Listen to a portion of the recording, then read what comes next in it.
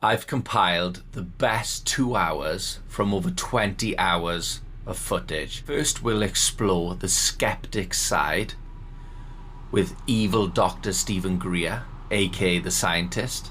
But stick around, because right after, we'll dive into the Vatican secrets and its ties to alien life. And something, even if you could, that would effectively destroy everything in it. What's the point of having a sudden right angle turn except to get people to make interesting UFO stories?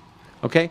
If you were, and not only that, if you're developing an alien spacecraft to come visit the Earth for some reason, since no one knows we exist beyond 100 light years from now, 100 light years away, because we've only been emitting radio signals for 100 years or so. So no one on a star more than a few hundred light years away knows there's intelligent life on Earth anyway. But they could want to go out and look if they're way far ahead. Yeah, no? I know. Yeah, I could look at where it's a big galaxy. Right, so let's it's say huge. by accident they stumble upon us, right? They've built a spacecraft that spends 99.9999% of its time traveling through space. But they develop something like a flying saucer, which is meant to be aerodynamic in the atmosphere of the Earth, which they didn't even know was there till they get here. But why what if would they have design other things that they could simulate to do that? But why would they design a spacecraft, a flying saucer, if you wish, which is not the most effective way of traveling through interstellar space? How do you explain this? I don't have to explain it. Why don't you have to? Lawrence, you're here. You have to explain it. I can just say that whatever it is, it ain't an alien spacecraft, because any possibility other than an alien spacecraft, given the laws of physics as we understand them, is more likely. As Richard Feynman once said, aliens and UFOs are more likely due to the known irrationality of humans than the unknown rationality of aliens. Laws of physics as we know them tell us it's incredibly unlikely. If you wanted to travel here in a spacecraft like that, at anywhere near the speed of light, from in a star system, distant star system, you'd have to harness more energy than the power output of the sun. Okay. Now, let's say you could do that. Would you come here all this way, harvest the power of the entire sun, to come all the way here just to abduct psychiatric patients of a Harvard psychiatrist and do weird, kinky experiments? Brothers and sisters, please subscribe to the channel and hit that like button. Well, have you spoken to Trump personally about this? I can't comment on the people I'm meeting with intimately right now. Can neither confirm nor deny it. Yeah, but okay. I'll just say that there are really good people around him that are trying to find out about this seriously and sincerely. And I think there's very promising, to me, there are very promising developments. If they can stay on track with getting the information and not be gaslit by the disinformation. Because for every person that will go in and give them the truth of what's going on, like Mr. Barber or Herrera, there'll be 10 that are actually counterintelligence and disinformation people gaslighting them. And that's the problem. And how do you have to discern? Here's your problem. Very busy people, right? I'm busy as hell. I go 7 days a week, 20 hours a day at this point. But if you're the president or the chairman of Senate Intelligence or whatever it is, you've got 100 things a day you got to deal with. You have to have some people who are experts, who are trusted, who can drill down on this and unpack it, because it's way more complicated than anyone realizes. I mean, let's take an example of this. I mean, how wacky and complicated it is.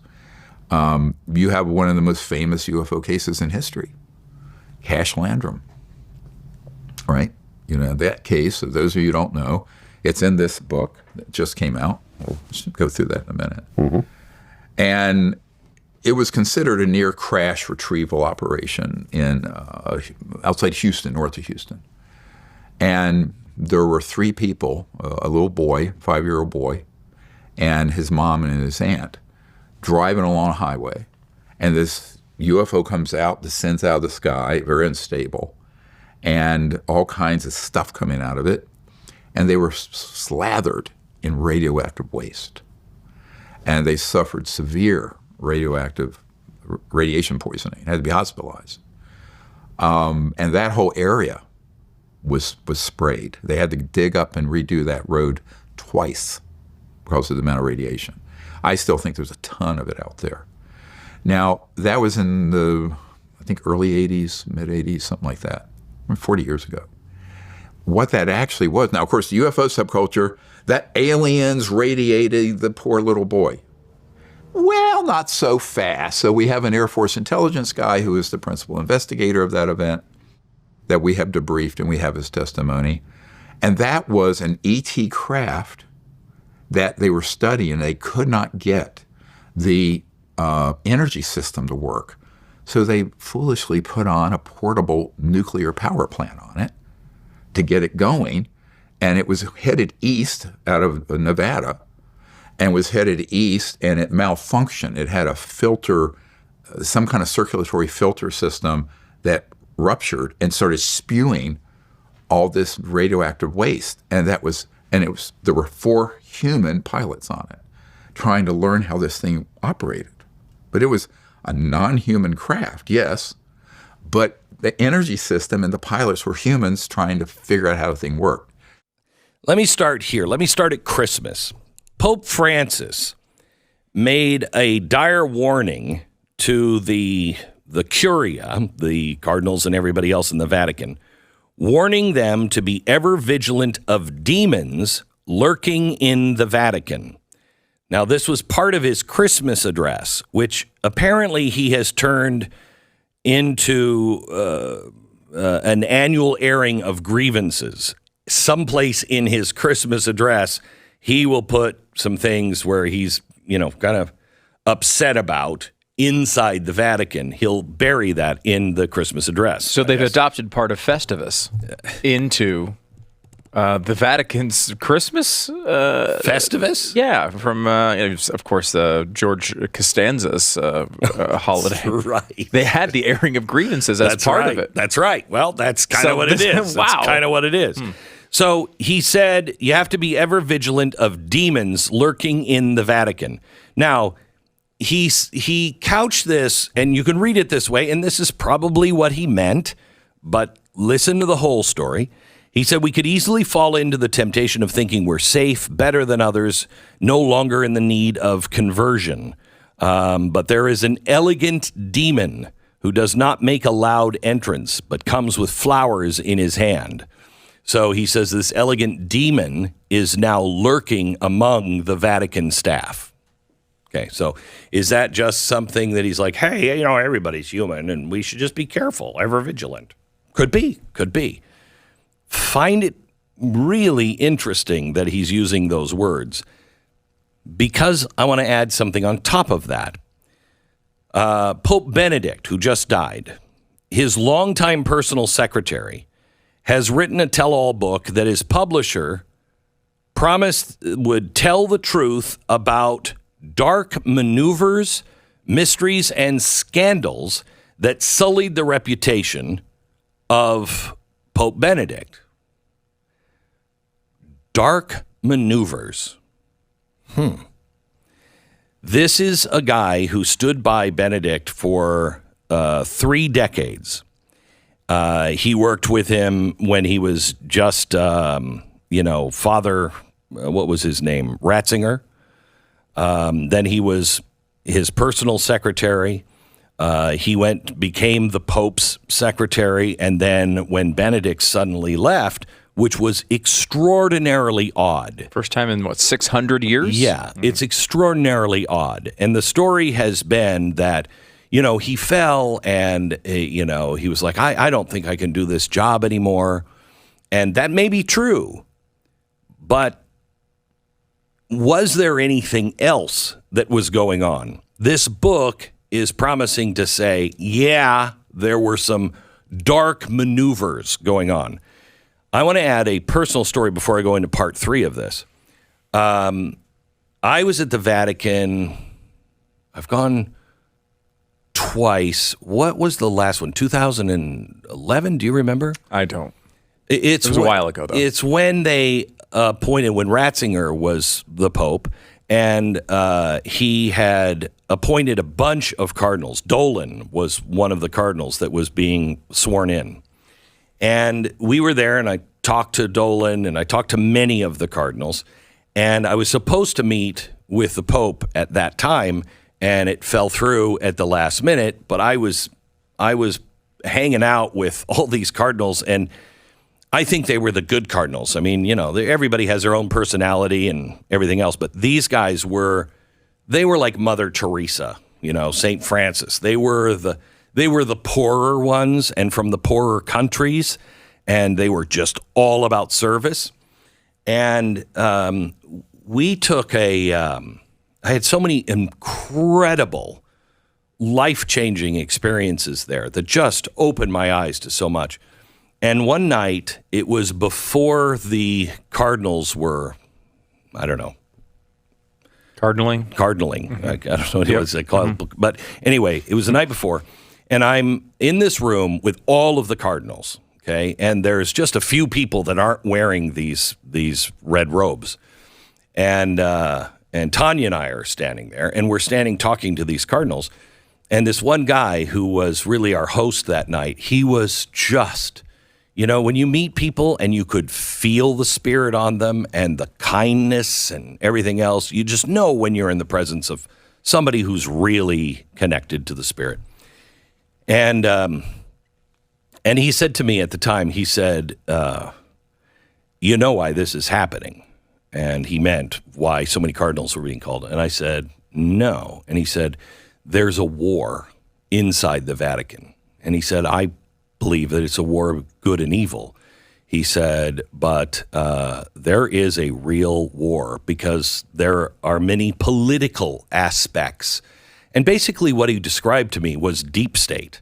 There was the deep state of the Vatican that was going to do, didn't matter what a pope even thought. And he alluded to the fact that Ratzinger or Benedict, Pope Benedict, knew this and was doing basically what Donald Trump did with the Supreme Court. He was appointing all these cardinals because he wanted to stack the deck because, in his words, he didn't feel he had very much longer that he could fight. And I just thought maybe he's sick at the time, but it was like a year later that he retired. And so he said, he's stacking the deck. He's trying to make sure that after he's gone, there's enough to hold back the onslaught. And he said, and it's real evil. And so we were just talking about it. And we're in this room, someplace in Rome. We're in this room that it was enormous. It was a ballroom, from, 1,000 years ago. And it had a map of the world that was like 2 stories and a football field long. I mean, it was unbelievable. It was like a movie. Like if you were a supervillain, you'd have a desk in the center of this room. You know what I mean? And you'd have one light at the desk, and the bad guy would be sitting behind it, and the camera would just show him and the whole map of the world. It was like that kind of a room. It was beautiful. And so we're standing there, and I'm just listening to what he's saying. And this guy comes in, and he was one of the cardinals, and I don't want to identify his role, but he was very, very high up. And man, he walked in with all these suits, all these politicians. And the guy said, that guy's the mayor. This guy is finance minister, blah, blah, blah. And I said, man, the room got chilly. And because it just felt like this is not a good guy. When he came in, he was like, you could feel it. As much as I could feel the good on one guy, this guy. And he said, oh yeah, he's that's the beginning. There's the head. And he said, you want to meet him? And I'm like, no, I don't want to meet him. And he said, you should. And so my wife looked at me like, why would we want to meet him?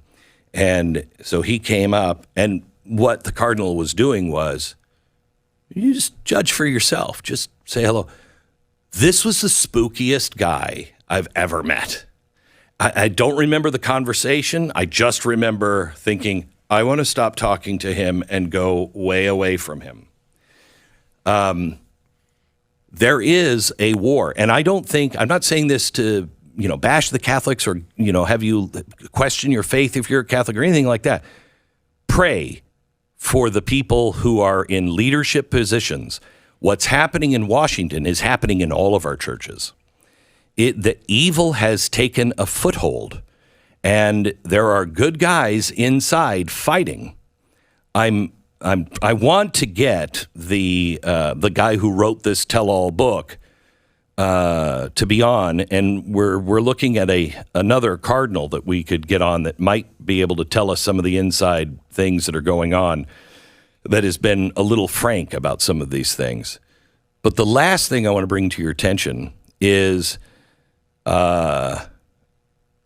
when Pope Benedict was a cardinal, he had a lot of friends, and they were other cardinals. And when they released the final secret, the third secret of Fatima, which, if you're not Catholic, it's just a message from heaven given to these kids, right before World War I.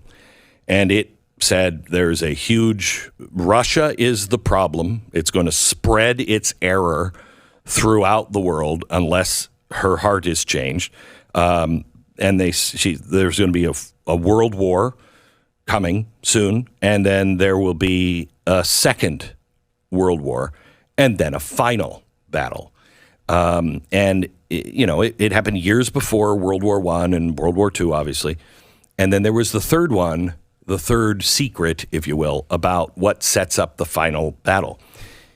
They released this, and it was kind of like, okay, that's old news. Ratzinger, who is Pope Benedict, said, and this has just been published, that Pope Benedict said the third secret has not been revealed in its entirety because the Pope and all those involved would not allow it to be released. Or if he was the Pope, I can't remember which it was, but the power did not want to release it because it talks about a bad council and a bad mass and evil at the top and highest levels of the church. And that's the warning that was given to them in 1910, and it leads to the end of days. So I found it interesting that for anybody who believes in any of these kinds of things, and if you believe in evil, I find it interesting that the current pope is talking about evil. The last pope is talking about evil, but I think they're kind of pointing at each other a little bit. I don't think they're on the same side. I think they're both using evil, but I think they're not talking about the same evil and aren't fighting the same evil.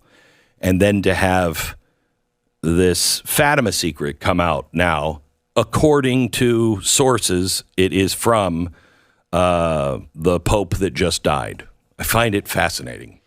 And I listened the whole recording. And he said that Pope Francis is a Freemason. You've also cited in your book how in 2013, Angel Jorge Clavero, the then Grand Master of the Argentine Grand Lodge, which is a Freemasonry lodge, told one of the top newspapers in Argentina that although there's not a fluid relationship between Freemasonry and the Catholic Church, the Jesuits, of which of course Pope Francis is one, are the closest sector from Catholicism.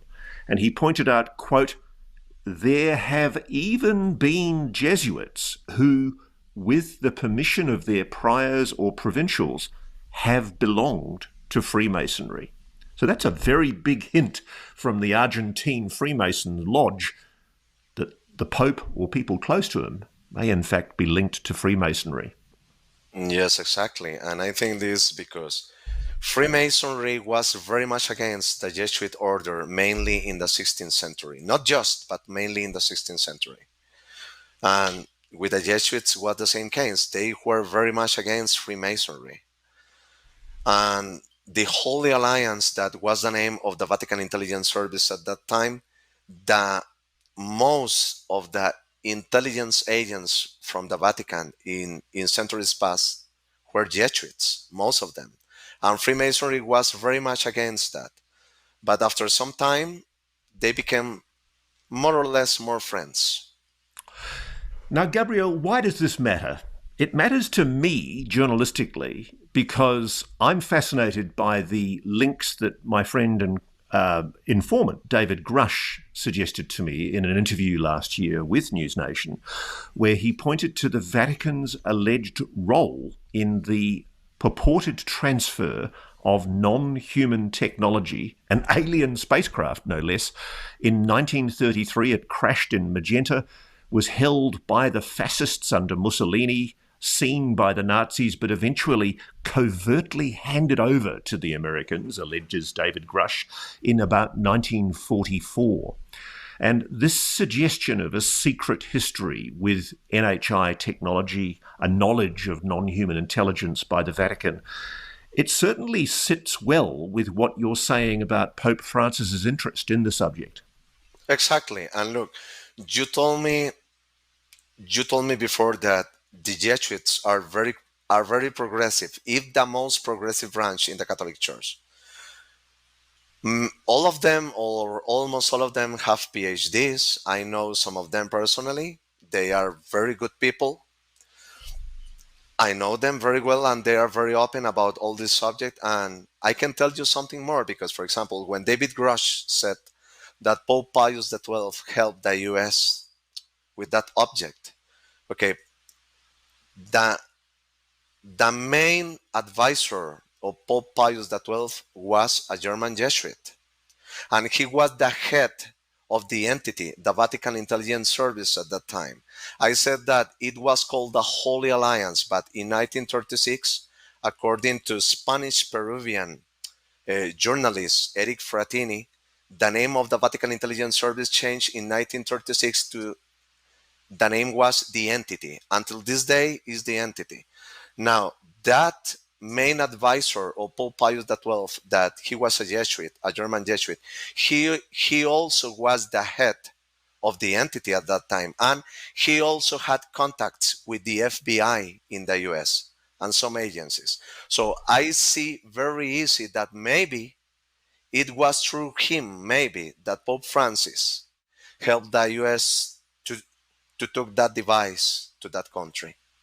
I also find it fascinating, and this is neither here nor there, but Jesus James Angleton, who went on to become the CIA's head of counterintelligence, as luck would have it, serendipity dictates he happened to be living and based for the OSS at the time, the American equivalent of the CIA at the time, in Milan, in northern Italy, very close to Magenta. Exactly. You're a skeptic. Did you think that UAP, sorry, I'm off on my timeline. Did you think that UAP activity when you went to the crash site was complete bullshit?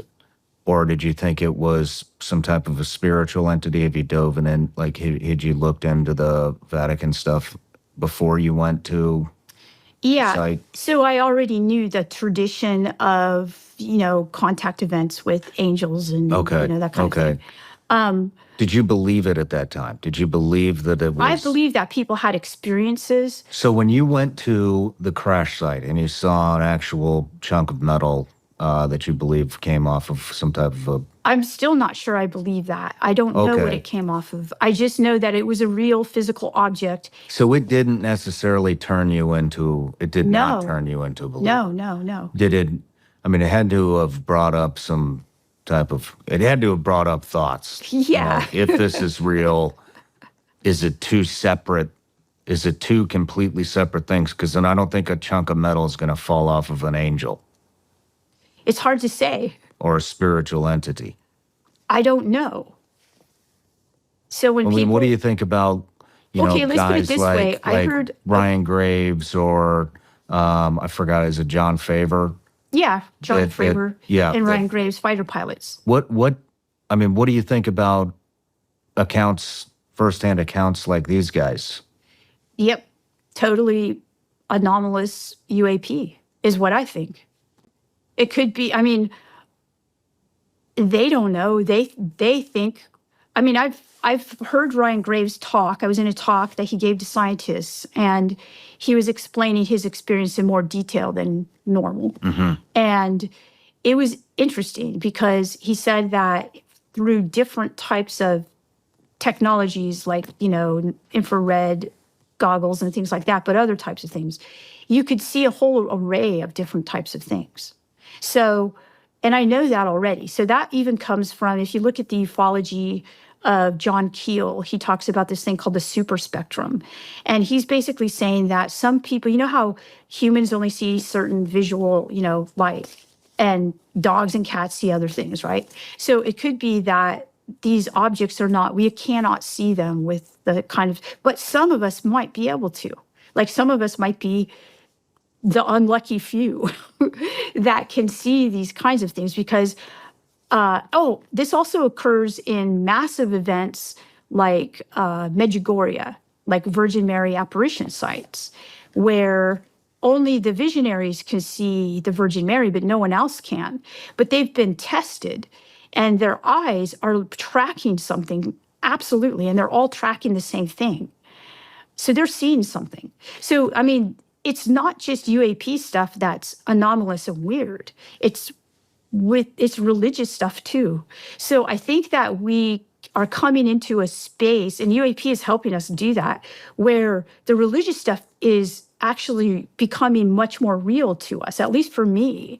Like when I started to see UAP as real for these scientists, I started to think, this religious stuff that I've been looking at is real too. I mean, I actually believed in it, but I didn't believe in it as viscerally. I didn't believe in it as, crying out for God to help me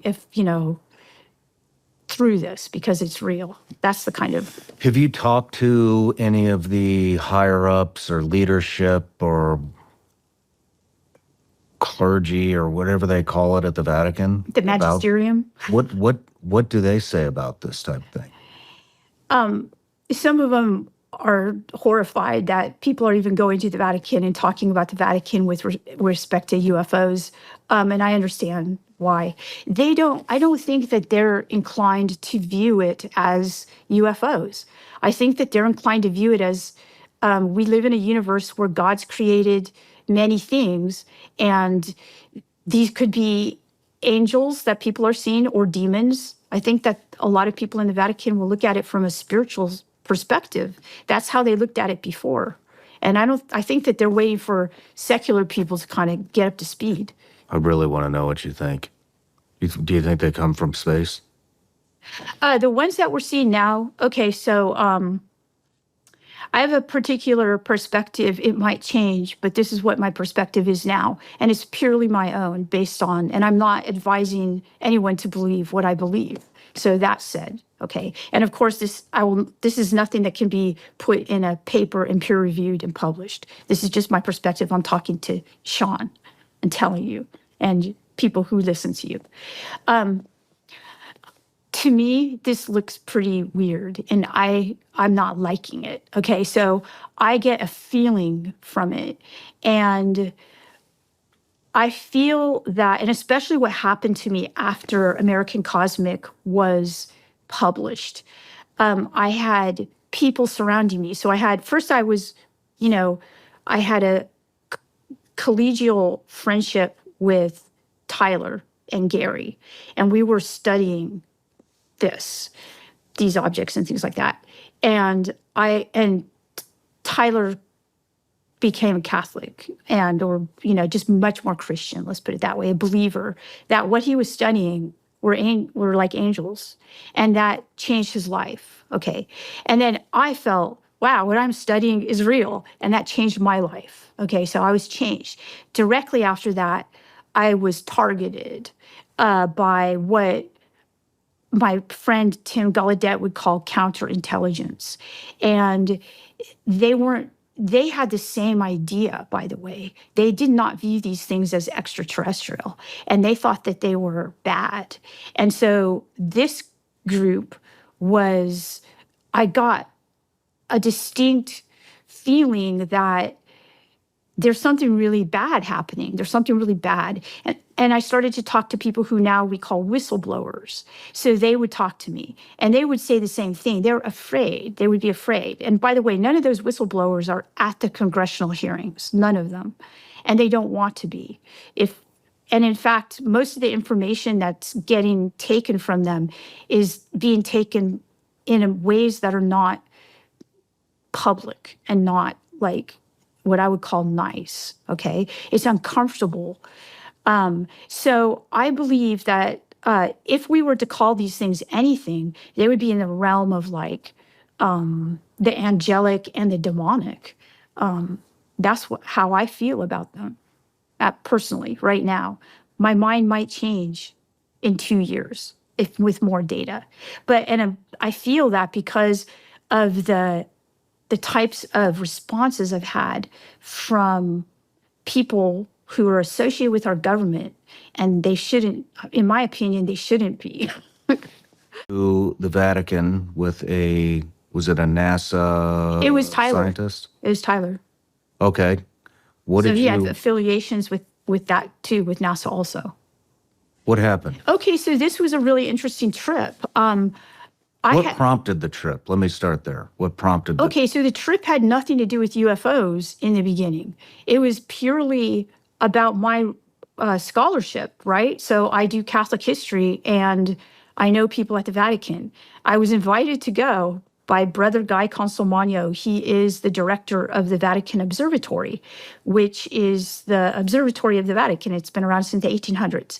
And he's a Jesuit. He went to the school I went to. And he's a monk. And so we were talking, and I was interested in UFO stuff. So I asked him about the Vatican, if they had anything that had to do with space. And he said, yes. We have a whole observatory archive. Everything that has to do with space at the Vatican comes to our archive. And so I was like, I'd like to look at that. And he said, you're welcome to come and stay. We have a scholar's residence. You can stay as long as you want. So I said, okay, I'll do that. So I knew that I could go and stay there, but I hadn't yet decided to go to the archive of the Vatican. But the opportunity arose for me to do that, and it was to examine the levitation records of what we call the canonization records. Canonization is a process where people become saints, and so there are big records. You just don't say this person's a saint. You have to prove it. So they have these records at the Vatican. And this was for Joseph of Cupertino, who's a saint who's said to have levitated. And I was supposed to go and look at those records. By the way, I have those records in a strange series of events. So those records are now in my possession. Signed an agreement with the Vatican about it, and I didn't intend for that to happen, nor did I even want those records, but I do have them. And I keep them in a safe place. So, and they're translated too. So I have these records. They were in like 17th century Latin and Italian. So that's something I can't translate. So I had to find a team of translators. So in any case, I'm supposed to go to the Vatican. And so Tyler says, I'd like to go and look at those records too. And I thought, that actually might be really an interesting thing. I'll see what he thinks about these levitation records and also the space observatory stuff, because he's a space guy. He's been in the space program his whole life. So it would be really interesting for me to see his reactions to this data. So I thought it would be good for him to go. But this really had nothing to do with, in my opinion, the UFO thing. But it actually did, but I didn't know it. So we ended up going, and let me describe how he got in, because he shouldn't, by rights, get into the secret archive because he doesn't have those credentials. So we thought about that. Now, it takes a while. You can't just go there and say, I want to see these books or these old manuscripts. You actually, because there's like 53 miles of shelving at the Vatican. So they need to know what you need to, they need time in order to find it for you. So like a year in advance, I was in touch with the Vatican and said, I need to find these, do you have these and these, all the records. And so they said, yes, okay. So we had to fly there. He was on a different plane than me. And he got to the Vatican before I did. And we had anticipated that he wouldn't be able to get into the Vatican archive. So we did the best we could. We got like a friend of his who was a department chair and said, you know, he vouched for his character. He's doing research in this area and stuff. But he couldn't get in.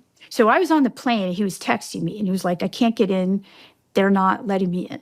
He said, I think I should show my ID. Now, I didn't really want anybody at the Vatican to know that I was there with someone who's a space researcher, because I didn't want them to know that we were looking for anything that had to do with UFOs, because in the one sense I wasn't, but in the other sense, I just wanted the best impression when I got there. So I didn't want him to do that. And I honestly didn't think it would work. Okay, so I didn't think he'd be able to get in. But after like an hour or two, I'm on the plane, I feel bad for him, and he finally says, can you please just, I'm gonna do this, all right? And I said, okay, just go ahead. So one of his IDs, I don't know which one, he shows to the guy who's the security at the secret archive. And he said he dropped his wallet and he went down to pick it up. And when he looked up, he saw his face on the screen of the guy's computer. And he was in. And as soon as he got in, he met a priest who was an American, and we got access. So that's when when he changed my idea of Catholic history, he also changed my idea of the Vatican. So when we got to the Vatican, I couldn't believe it. I was like, what, how come this guy has way more access than me? How did he get that access? So it was a mystery to me. But he also pointed out a couple things too. So there's some really, really scary guards in the Vatican itself that don't look like the Swiss guards. Like, they look like militia guys. They have these, like, I'm not well-versed in guns, but they look like they have, like, machine guns, right? Mm-hmm. And you can't go anywhere. Like, I was holding on to Father Kelty, who was showing us around, in the Vatican and helping us out. Like, if I was away from him, I was fearful of my life, because these guys were mean. They're like, why are you here? Kind of thing. So Vatican has some incredible security. Also, Tyler pointed some things out to me. So we were at the Vatican observatory, and in the gardens, they have a beautiful garden there, the papal gardens, in fact. And there were these gardeners. And he said, see the gardeners? And yes. And he said, are they gardening? And I looked at them, and no, they were not gardening. And what were they doing? So he was pointing out to me the intelligence at, like Secret Service type people at the Vatican. He could spot them. And when he would show them to me, it was like my eyes, like I didn't see it before. To me, I just, in my mind, registered gardener, and that was it. I didn't even bother looking at them. But no, they weren't gardening. And if they were, they should be fired, because they were bad, right? They weren't gardening. Mm-hmm. They were posing as gardeners. So that was all over. I saw that. And so I saw the Vatican in a completely different light when I was there.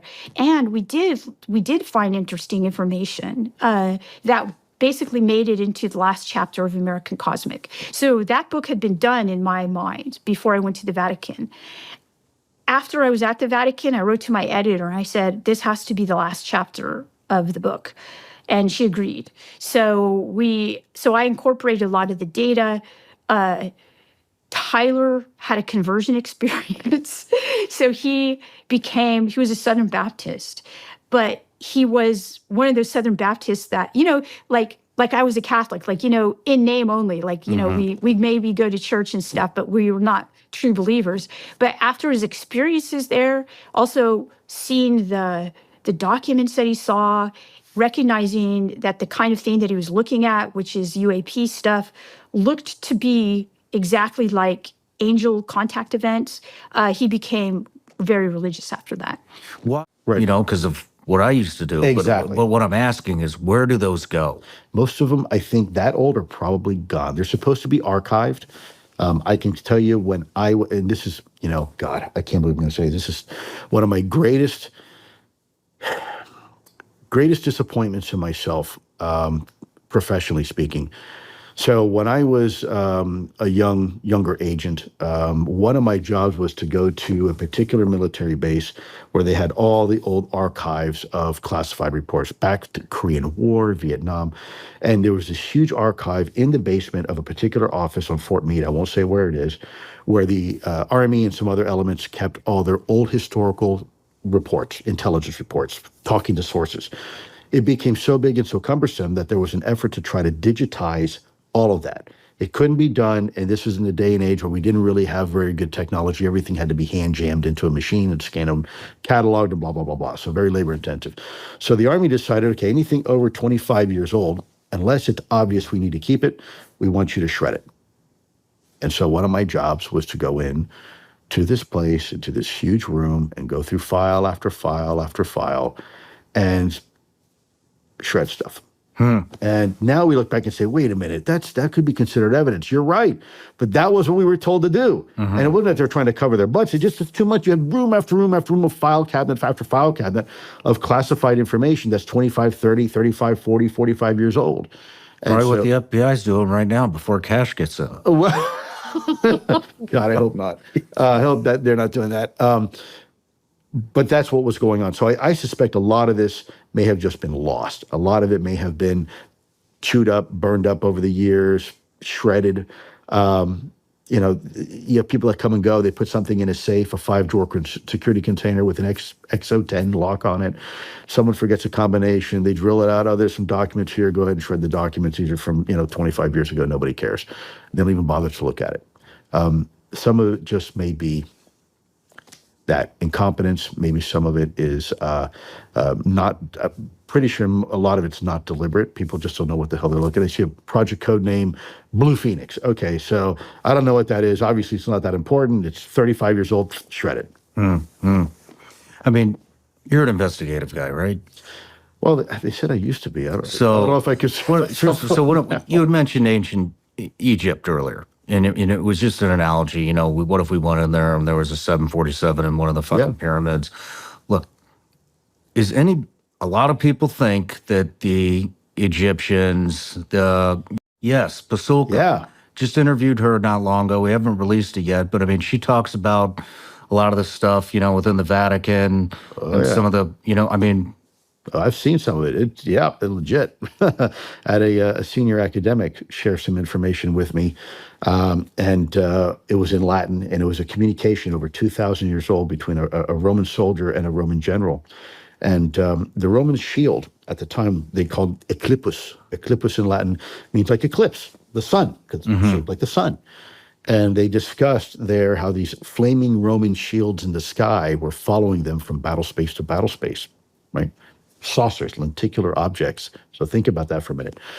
Going back to your point about ancient Egypt, look, you're absolutely correct. There's ancient knowledge that we don't know how it was done. Look at Baghdad Battery. What the hell in Iraq were they building ancient batteries for? But that's exactly what it was.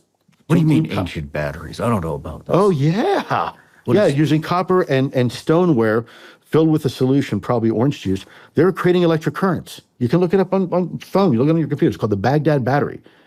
This is before electricity supposedly was invented, before we ever discovered something called the electromagnetic spectrum and electrons. And millennia ago, they were using it for something. They were creating electricity. It's called the Baghdad Battery.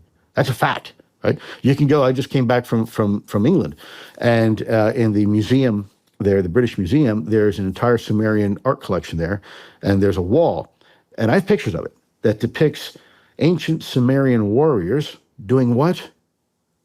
Being frogmen, scuba diving underwater. They had this sack that they would hold, and there's actually depictions of these people swimming underwater, breathing with these sacks. So, it's easy to look back and say, oh, the ancient people, that were basic, but can you build a pyramid? I can't.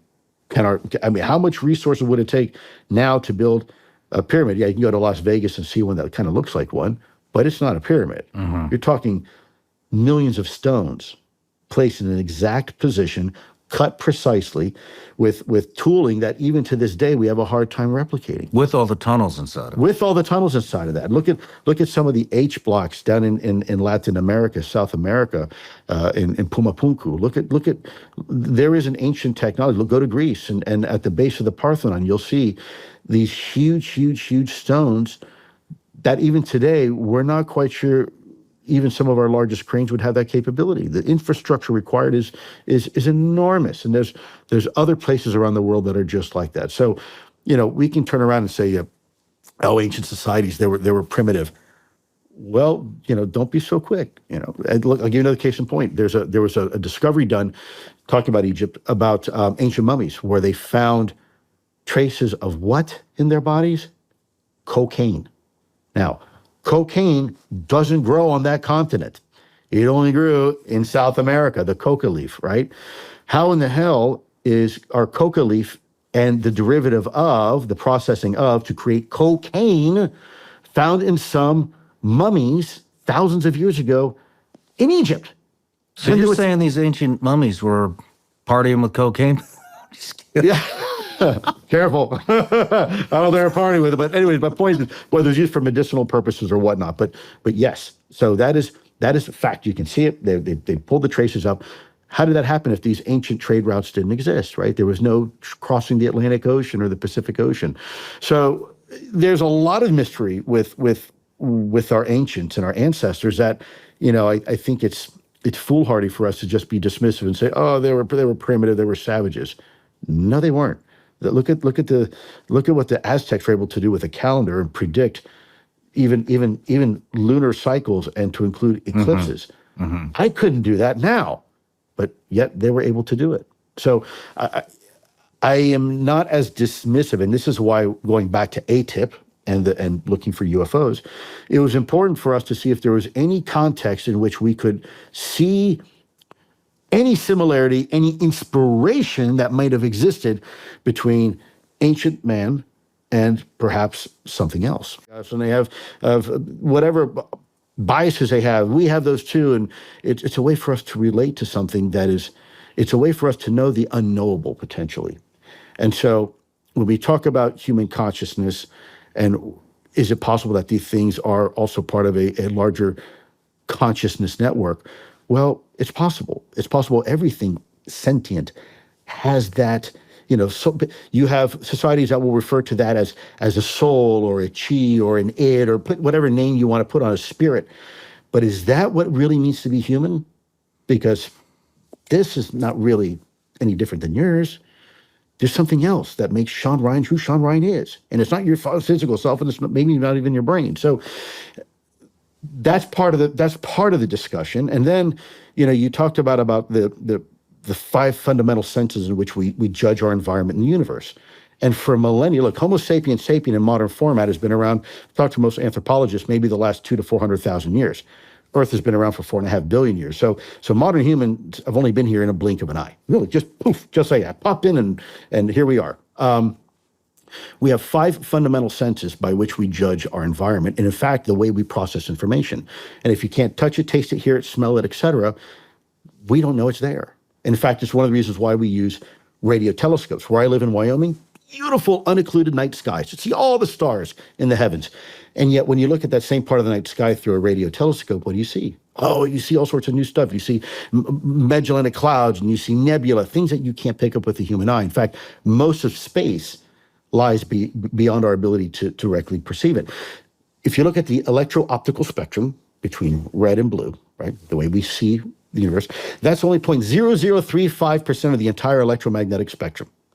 Again, 0.0035% of the entire electromagnetic spectrum. That little narrow sliver of window, that's how we perceive our reality. So most of reality lies beyond that. Imagine if you had cell phone vision, and now you could see in Wi-Fi and Bluetooth, and you could see in FM and AM and GPS. Your perception of reality would be different, fundamentally different, and your awareness would be different than what it is right now. And then you have a scalability issue as human beings. If you look, I tell people, if you really want to get your mind blown, type up on Google or any search engine the words pale blue dot. And what you're going to see is this black, inky blackness, and right in the middle, about maybe 2 pixels large, a little blue fuzzy dot. What that dot is when we sent out the Voyager spacecraft on one of its last commands, we told it, turn around and take a picture of home, of Earth. Everything you have ever known, you've ever learned, everything you ever loved, everything you ever feared, every person that ever lived in history, every person that ever died, ever, is all on that tiny little blue dot hurtling through the vacuum and inky blackness of space. Now, that's uncomfortable for some people to think about. And then when you think about the size of the universe, right now, most physicists and cosmologists agree that the visible horizon, meaning as far as we can see in any direction, from one end to the end of the universe, is about 40 billion light years. Now, what's a light year? It's the time it takes and the distance traveled by a photon of light in 1 year. So how fast does light actually travel? 186,000 miles per second. That's 7.5 times around our planet in 1 second. Multiply that to a year, and now multiply that to 40 billion years, right? That is an enormous distance, and that's only 10% of the actual size of the universe as predicted now by some scientists, because most of the universe is too big, it's too far away, the light will never reach Earth. Mm-hmm. So now you're talking about a universe 100 billion light years, and human beings, this infinitesimally small speck right in the middle, right? As mind-blowing as that is, if you take one hydrogen atom, Avogadro's number, 6.23 or 6.28 times 10 to the negative 23 in size, that's roughly the same magnitude, order of magnitude, that atom is to us as we are to the universe. Meaning we sit right in the middle of the scale of the universe. And mostly we can only interact as human beings with 1 order of magnitude or 2 orders of magnitude up or down. Otherwise, simply the universe is too big or too small. We will never know. And that's where most of reality actually lies. So for us to sit here and say, well, these things, and it can't possibly be this, and we know nothing. Our perception of the universe is so limited, it's like trying to look at the Grand Canyon through a soda straw. Mm-hmm. It's incomprehensibly large and complex, and we're always learning something new about our universe and our place in our universe. And so when you talk about human consciousness, I know this is a very long-winded way to have the conversation, but it's important because we don't understand consciousness. We don't understand how it works, right? If it's really part of quantum entanglement and where space and time is irrelevant, we live in a 3-dimensional space with 3 axes, right? X, Y, Z, and axis plus time as a function of the 4th dimension. But we experience time linearly. Unlike space where we can experience it 3-dimensionally, for the most part, human beings experience time linearly, meaning it's one way. But is that really the way time works? Well, we know time is relative because GPS satellites that have an atomic cesium clock on board, which is the exact same atomic cesium clock we have at the ground station, we started noticing something very weird. We had something called atomic drift, meaning depending how far the satellite was, the GPS satellite was from the surface of the Earth, the more there was a deviation in the time on that atomic cesium clock. Now, how is that possible if the atomic decay, the half-life, is exactly the same as the one on the ground? The reason is because time, the further you get away from a massive object, time runs at a different rate, literally at a different rate. And so we now know that the very notion of time isn't actually linear. And so I've often explained human consciousness potentially. This is just, I don't know this for sure. This is kind of the way I've experienced it. And especially if you talk to some remote viewers, you can imagine if I were to ask you a question, Sean, I say, Sean, give me your simplest in less than a sentence, few words as possible. If I were to ask you, Sean, what's your definition of the past? What would it be? And it's not a trick question. You answer it any way you want. As simply as possible. Definition of the past. Definition of the past. What's your definition of the past? Prior experience. Great. Something that already happened, right? It already happened. And by that same definition, if I ask you, Sean, what's your definition of the future? What would it be? What's going to happen? What's going to happen? It hasn't happened yet, right? So very simple. It already happened. It's going to happen. So by those definitions, if I say, now define for me the present, what is it? Well, the present isn't a moment of time. It's actually a transition process where the future becomes the past. And it happens so quickly and so fast that it's probably measured better in Planck time than in actual human seconds. And it's not really a point. It's a process. And so if you look at, for example, let's look at a cigar where the ashes, I've used this example before, where the ashes of a cigar is the past. It's already been burnt up. That's it. You can't put it back together. The future is that part of the cigar that hasn't burned yet. And the present is the cherry. It's that moment of ignition where the tobacco is being consumed and turned into ash. Now, if you had the ability to look very carefully at the cherry of that cigar burning, you'd notice something very strange. Once you remove the glare and really focused in, you'd notice that the cherry of that cigar, or the cigarette, is burning unevenly. Meaning if you could get in there and squeeze inside and look, you would see that there are parts of that cigar that are igniting and becoming ash before other parts. And you can actually have parts that have not yet been consumed behind parts that have been consumed. Where do you see the level of interest in wanting to know this? Because everything is about the level of interest of an administration, right? Correct. Where's the level of interest with them? Well, look, in the couple of months since the election, right? I mean, it's been just chaos trying to put that together. And so I have gone to various meetings to provide information initially. And I know others are doing that. Unfortunately, some of the others doing it are known counterintelligence operatives who are providing false information. So I, briefly had a quick chat with Don Jr.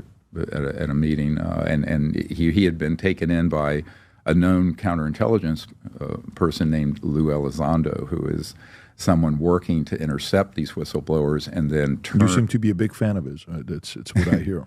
No, Elizondo is a paid disinformation person. And how convinced are you of that? 100%. I have an email from the top guy at the CIA who was there when Ronald Reagan wanted to know about this when he was running for governor, who was a very young postdoc, and he immediately wrote and said this is what he's doing. Now, recently, Mr. Elizondo has started saying more correct information. Initially, he said, all of these objects out here, we don't know what they are or how they fly. Now he's admitting we have the man-made ones.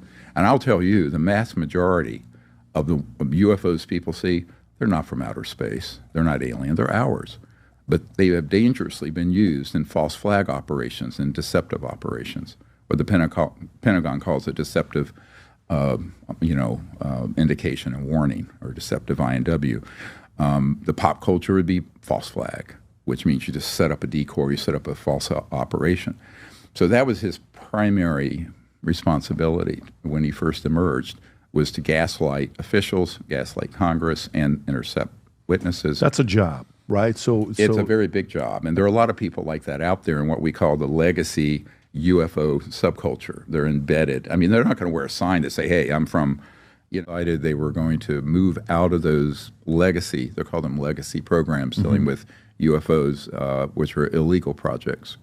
And they know they're criminal and illegal projects, and come forward.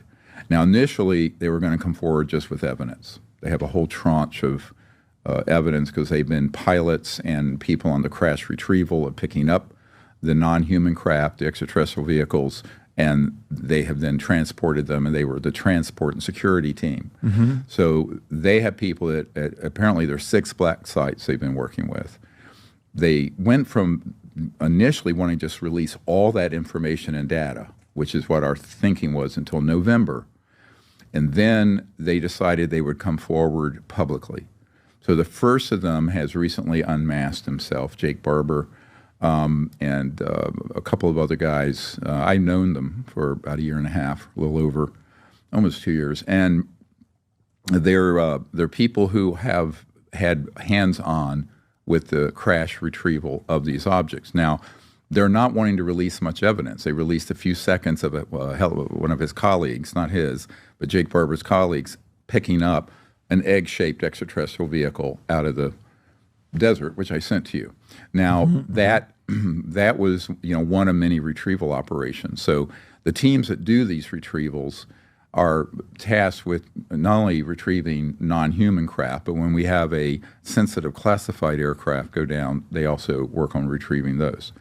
So I had been before at his site. So September of 2023, I went out there with the director of a special access project under law enforcement to see what they had out there and fly over that facility, and actually was able to go over this is a very interesting. It's in the material I gave you. This is from a shot right above the underground opening where man-made UFOs come up out of the ground. And where's that located at? This is the Lockheed Skunk Works out in the Edwards complex in, where Edwards Air Force Base is in the high desert. Right. So you have out there, you have the Edwards complex that includes Edwards Air Force Base. To the south, you have the Lockheed Skunk Works facilities and the test range. And to the north, you have the Northrop Grumman test range, the Tejon Ranch. Now, I've known about these since the early 1990s, before this gentleman and his team were assigned there. That was only about 20 years ago.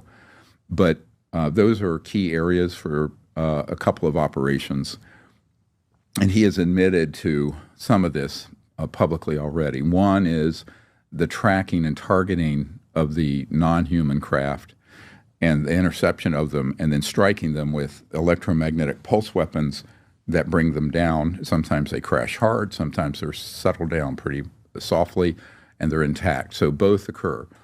And at one site that we were in, I was told that about one or two of these non-human craft are brought down every year. Now, that site's been operational for about 40 years since the Reagan era. At the other site, a similar number. So, warfare operations out of CIA and other agencies, and that's what they do. And, I've known some of these players since the early 90s. One of them that had been involved back in those days was had been head of Special Forces and Army Intelligence named General Albert Stubblebine. And he offered me personally in May of 1992 $2 billion if I would join his team and not do what I've been doing. And, I was in my 30s, and as a young doctor, I thought, well, it's $2 billion, Steve. Yes. You know how hard that is to believe? Oh, I don't care. Put me under a lie detector. Ask my wife. We're having our 46th anniversary this year. That's what happened. Then he approached her. But you have to understand the money involved. Why is this so secret? It either exists or it doesn't exist. It does exist. How could it be kept so secret? And this is a long discussion to get into of what the modus operandi is of counterintelligence on this. But, it's through bribery, blackmail, threats, wet works, targeted killings, assassinations. You know why $2 billion is hard to believe? Because the only reason he would have gone to $2 billion is because you kept saying no to 50 million, 10 million, 100 million, 200 million, and it eventually goes to $2 billion. No, because they knew, okay, let's cut to something that's very controversial. This is what's starting to come out through these black sites where they have operators that target the non-human craft. So if you go back to 1991, I published a paper called The Comprehensive Assessment of the UFO/ETI subject, extraterrestrial intelligence subject. And it went all through the intelligence community and the aerospace community. And part of in that paper was a description of the technologies that are non-human, where they interface with very advanced electromagnetic fields for communication with thought. It'd sort of be like what Elon Musk is trying to do with Neuralink, but without the speed of light, where there's a direct interface between the conscious field and thought and a machine. That is how non-human civilizations can communicate across the vastness of space-time, and it's done through a trans-dimensional electronic system. So I knew this in 1973 after I had a very close encounter with these civilizations. So when I wrote this paper, I described it as in two directions, TAC and CAT. So technology-assisted consciousness, where you have a technology like the headset you're wearing, that would augment your own conscious abilities. And everyone's heard of those CIA remote viewing programs and things like this, where they were using people like Ingo Swann to see with consciousness, like psychic spying, psionic. And a lot of people laugh at that. And I said, no, it's a legit science, and it was done for 30 years at the CIA with a team of people. I know quite a few of them. Now, imagine having a technology that augments that capability.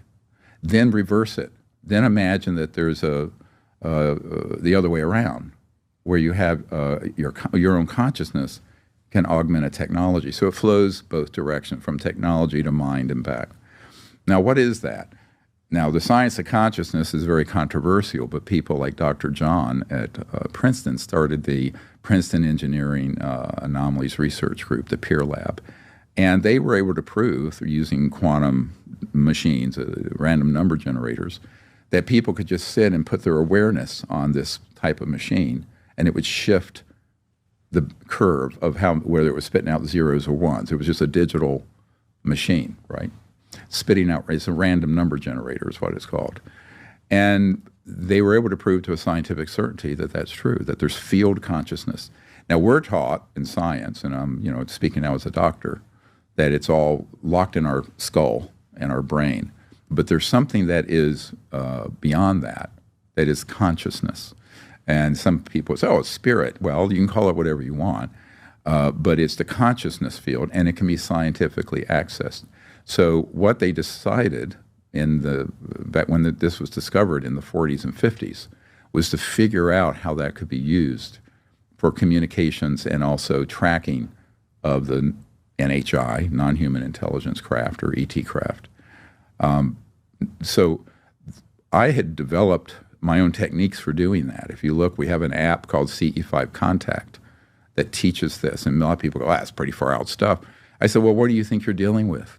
You're dealing with Ma Bell when you're dealing with an interstellar civilization that's 100,000 or 1 million years more advanced than we are. So I think that, one of the big problems is the gap between current science and technology and what's known in classified programs dealing with this. So the head of Army Intelligence knew I understood all this. And I guess they had people seeing what we were doing and that we had successfully made contact with these objects. Famously, the first one that was publicly known and published was in Pensacola, where we had 60 people out and we were using this technology to make contact, and then 4 of these craft pop into the sky. One of them ended up on the front page of the Pensacola paper. So it was then that these guys surfaced, General Stubblebine and some other people. So I think the value, I don't think I'm important in this at all. I think I'm still stuck on $2 billion because to me, like that's nothing to these guys. Well, but no, hear me out, Rob. Can you pull up the Stubblebine fellow, if you don't mind? Fun fact about this guy: he was born on February 6th, and he died on February 6th. And Ronald Reagan was born, I believe, on February 6th. If you can go up to so here's the this is the person that offered you $2 billion. Correct. So U.S. Army general, who active duty, spent 32 years, beginning an Army officer, later on intelligence, he's credited redesigning U.S. Army intelligence. Okay, over the course of it, he became widely known that he maintained a keen interest in psychic warfare throughout his career. He sought to develop an army of soldiers with special powers, such as the ability to walk through walls. Whoa. Yep. Okay, interesting. Yep. So, U.S. Military Academy, 1951, Columbia University. So he's an educated guy. Go a little bit lower. Army officer, military intelligence, got it. Lived to 87. Awards, Distinguished Service Medal, Legion of Merit and Bronze Star Air Medal, Respect, Cold War, Vietnam War, Invasion of Grenada. Okay, so this is qualified as it gets. A key sponsor of Stargate Project. Maryland someone was convinced of the reality of a wide variety of psychic phenomena. Keep going lower, Rob.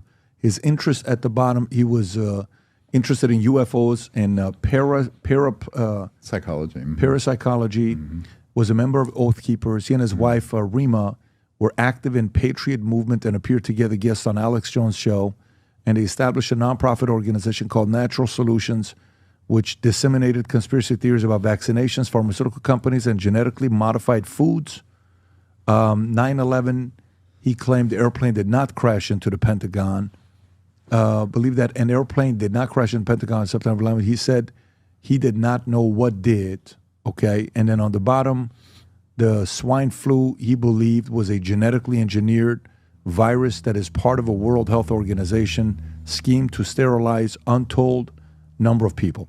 So he offered you $2 billion. So, well, he was representing a group that had that access. Why would they? So you were 30 years old. They wanted to give you $2 billion. No, in '92 I would have been 36. 36 years old.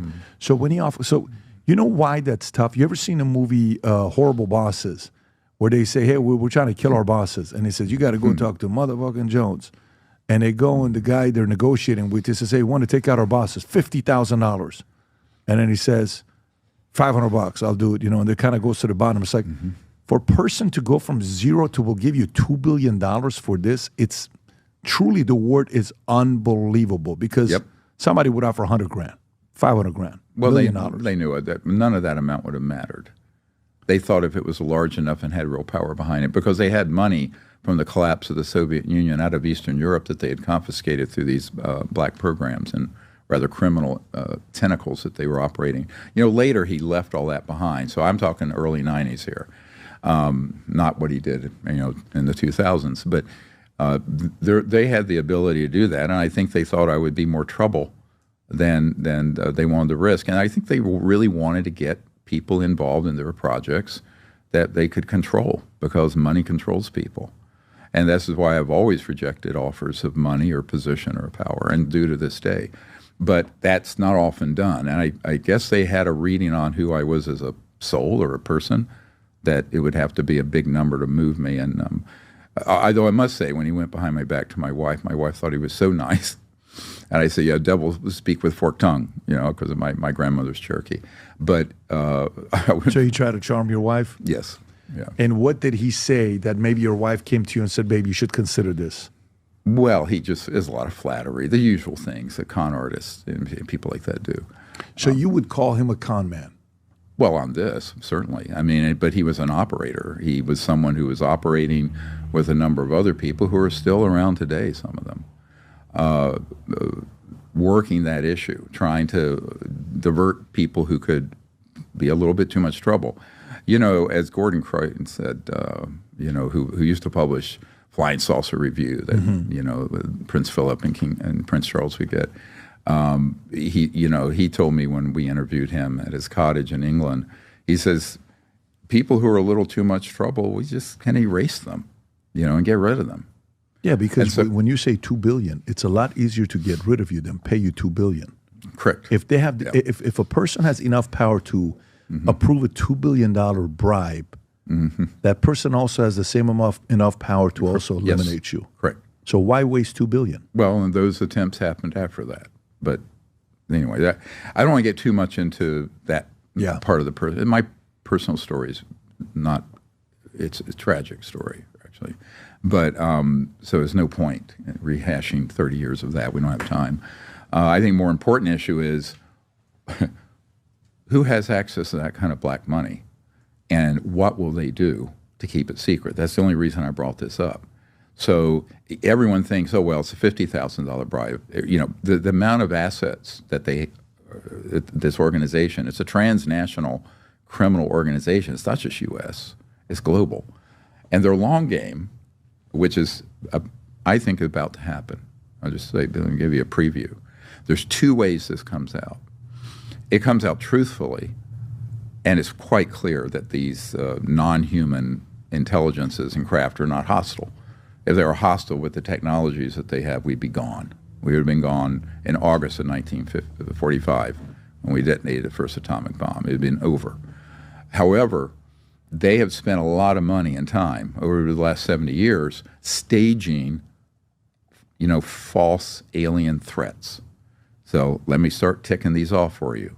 The abduction syndrome, totally a staged CIA and other corporate event. One of the men that we have who come forward recently was abducted by a Raytheon triangular craft, he and his wife, and suffered terrible injuries back in 2000, 2001. So that is not in dispute. We can prove what I just said.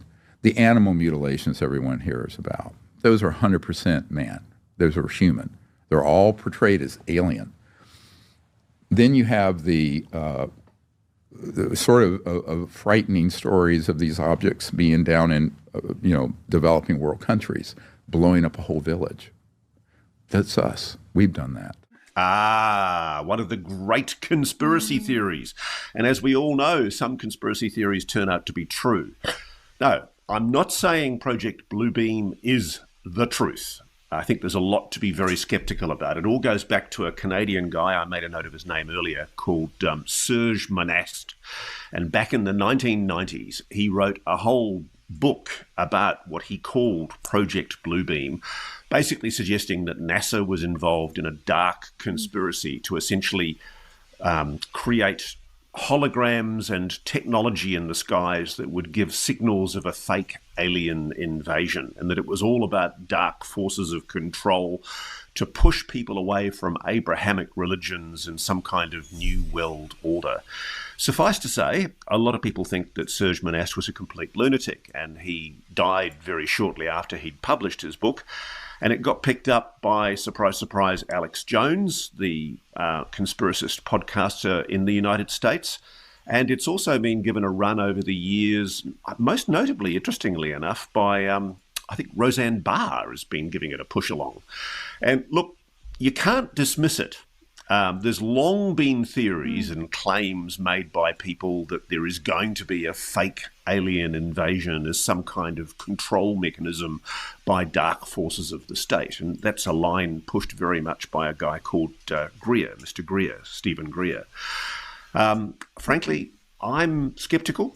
I don't see any evidence of such a conspiracy, and I noticed Mr. Greer recently has tried to include me in his conspiracy theories, suggesting that I'm colluding with Jake Barber in some kind of dark CIA false flag operation. I'm not buying into his theories. The simple fact is that there is a lot of speculation over the years about Project Bluebeam. It's floated around on conspiracy networks, and the recent drones flap was jumped upon by people as an example of a possible beginning of Project Bluebeam, because, of course, a lot of the drones were showing, how does one say this, changes in shape that are not consistent with normal drone technology. And the government's very quick attempt to try and ludicrously explain away the drones by saying they were part of some government research project has only added fuel to the fire of conspiracy theories. Because a lot of people are still seeing these drones. A lot of these drones are still showing themselves over government facilities, particularly military bases. And all it's doing, you know, there's a lot said about conspiracy theories that they may not be true, but often the attempt to dismiss those conspiracy theories by either ignoring them, playing them down, or disinforming about them plays up to those conspiracy theories. And that's certainly what the government's doing at the moment. The absolutely ludicrous, laughable government response made by a White House press commentator who said that the drones flap that's occurred for the last few months was simply a government research project and also other reasons, unspecified reasons, is ridiculous. And all it's done, I think, is fuel public speculation of conspiracies like Project Bluebeam. Frankly, I don't think Project Bluebeam's true. I don't see any evidence at all, and I talk to a lot of people in NASA, that NASA could even possibly be involved in such a conspiracy. But I do think that it's not outside the realm of possibility, I suppose, that there are some forces in the dark state, the deep state, that might take it upon themselves to essentially do something with technology that they've been concealing from the American public. But I don't see any evidence of that at the moment. In one of the discussions that Lou Elizondo has, have you ever heard the story of what we call the Black Island? Okay. Is that the missile that was being retrieved and yes, comes from under the water? Yes, right. So all I'll say is, I saw that. I called up everybody and was like, I don't know what this is. Can somebody please help me? I have no frame of reference for this one.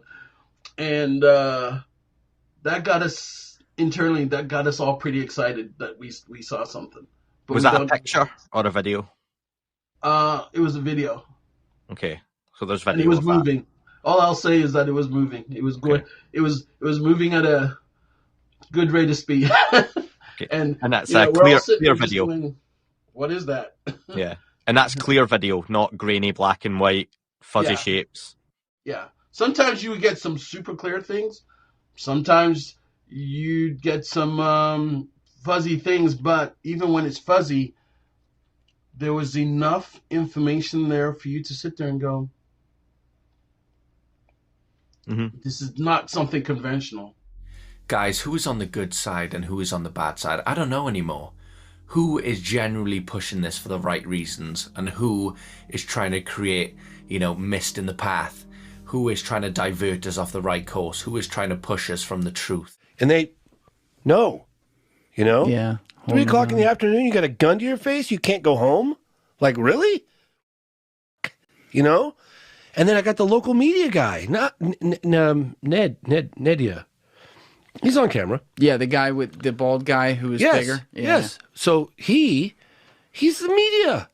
TV Presenza. Yeah. And he's like going out. He hears about the girls and he's like he knows the town. He jumps in his car and off he goes. And they threaten him. No. And he's having media ask people at the military base about these reports. You ask one more question and your men are going to jail.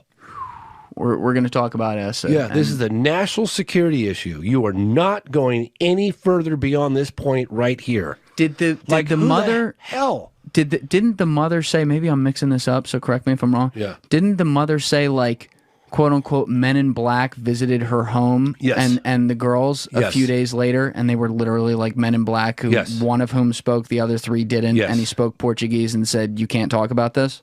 Tried to get him. Okay, so let's back up a little here. Please. Yeah, because I'd heard, if I talk to your audience, address the so-called Men in Black issue, we could go on for 12 hours because I could give you accounts that I'd heard dating back to the 50s and then the 60s and then the 70s and the 80s and the 90s, et cetera, et cetera, et cetera. Cases, specific cases that I've investigated, military men that I've talked to, civilian witnesses that I'd talked to about these so-called men in dark suits that show up and intimidate witnesses, blah, blah, blah. I've never included any of the testimony in any one of my films because I felt it was a slippery slope and I couldn't prove it, and it just seemed too weird. I was like, Men in Black, think about Will Smith. No. Do you think if they had never made that movie, though, you wouldn't be thinking like that? Well, when did that movie come out? Maybe like 96, 97, okay, well, maybe? Somewhere in there. Because I first heard about him in 97, so maybe, I don't know. But in any case, I avoided it like the plague, okay? When I got to Brazil, and the mother of the 2 daughters, her 2 daughters that came in contact with that being, whatever, when she told me that story, I was so profoundly moved. I finally said, the hell with it. I'm gonna include this testimony in the piece, and I don't care what anybody thinks. If anybody can attack me or come at me, James is reporting on Men in Black, whatever. Look, it was very subtle. It wasn't. Yeah. You weren't like but drawing I left it a ton in. of attention. Yeah, I left it in. Yeah, I left it in because I believed her, and I'd heard enough testimony from both civilian and military over the decades. I said it was the straw that broke the camel's back for me, and I said, okay, I'm going to put this in. I'm sure I'm going to get criticism for it. Whatever. James is reporting on Men in Black figures now. Like, I get it. And what exactly? Like we kind of said it, but like, were there any crazy specifics that she mentioned that really stood out to you about what they said? Yeah, they had a briefcase full of money, foreign bills, probably U.S. dollars, that she could leave, but she had to get her daughters to go on news stations and say they were lying. And that they made it all up, and what they saw was just like a homeless guy or something like that. And the mother refused. And they did it. Like, I mean, she said they were kind of scary. Like, they were very intimidating. And that one of them spoke, and the 2 others just sat there quietly. And I think she said they took notes. There's 2 others, not 3 others? 2 others. There was 3 in total. And they were intimidating, and they were forceful, and she was scared. And she finally threatened to call the police, and they ultimately left. And she said, my daughters are not liars. My daughters are not lying. I'm not taking this. I'm not going to go relocate in some other foreign place with whatever money you're trying to give me. Why wouldn't they kill them? Oh, God, that would have been such an obvious cover. I mean, because girls were everywhere. They just killed all 3 girls and the mother. Oh, yeah, because they've already gone on all it. over the place. They were all over the news. all over the news. Those girls made this. They catapulted this. Everybody believed the girls. Why did they let it get to that then? I think it happened so quickly. You know, and look, the cover up. I'm just trying to poke holes. Yeah, no, for sure. And you know, look, there were everyone of the town. Like, was one of the reasons why I went down to the town square. It seems kind of silly and lighthearted, whatever, but I did it because if an event of that magnitude had happened, surely people of the town would have some sort of information, heard something. Right. And so, and it's exactly what happened. Oh, my cousin saw this. Oh, I saw, like, later that night, I saw this flying saucer looking, you know. So military trucks, you know, unprecedented. We don't see military trucks in downtown Virginia. That never happens. Like, you know, they were cordoning off the hospitals, like, you know. So, and that's what Carlos Souza was saying too. Well, he talked about the men in dark suits. He said it was scary. Like, I mean, it was like, how the hell they know all about me? They knew about my wife, where I lived, my daughter, like everything. He said it was terrifying. Crazy, right? Yeah. So he and there's amazing recreations if people aren't watching. I get goosebumps on that one. Me too, man. I mean, like and you did a good job with like those artist drawings of like what he's trying to describe. Yeah. But you know, if people are on Spotify and YouTube and didn't see those, you'll see it in the documentary, which you can get on Amazon Prime, Apple TV. You can rent it, buy it, all this stuff. If you buy it, get it from iTunes because you get for the same price. You get 2 hours of bonus material or Vimeo. I'm an idiot. I bought it on Amazon. All right, I'll buy it on iTunes too. But this, when you're looking at those recreations, I guess he was like taking the images by pressing a button farther away, and the military guys were right there, and he didn't get to review the images, which he found unique. Because he never doesn't review them ever. And he also, I think, of his career, he never doesn't get to look and verify the images are correct. And I think, correct me if I'm wrong, he was also saying because they were never going to have me verify, why did they have me do it when I'm a guy who actually knows a lot? Why didn't they have any one of the nurses who may not know fucking anything, but they know how to press the button, do it? That was curious to me. And why he was chosen to take the x-rays in general, just overall. Like, the whole thing was just, you know. It's another one of those cases where you have it's a little piece of the puzzle. There's no one person that we met with that had the full kind of, you know, overview of the whole case. But when you start to put all those pieces together, you know, the other guy as a military base saw something being loaded up on a Navy truck. It was something like a body, like a coffin type thing, hermetically sealed metal box, whatever.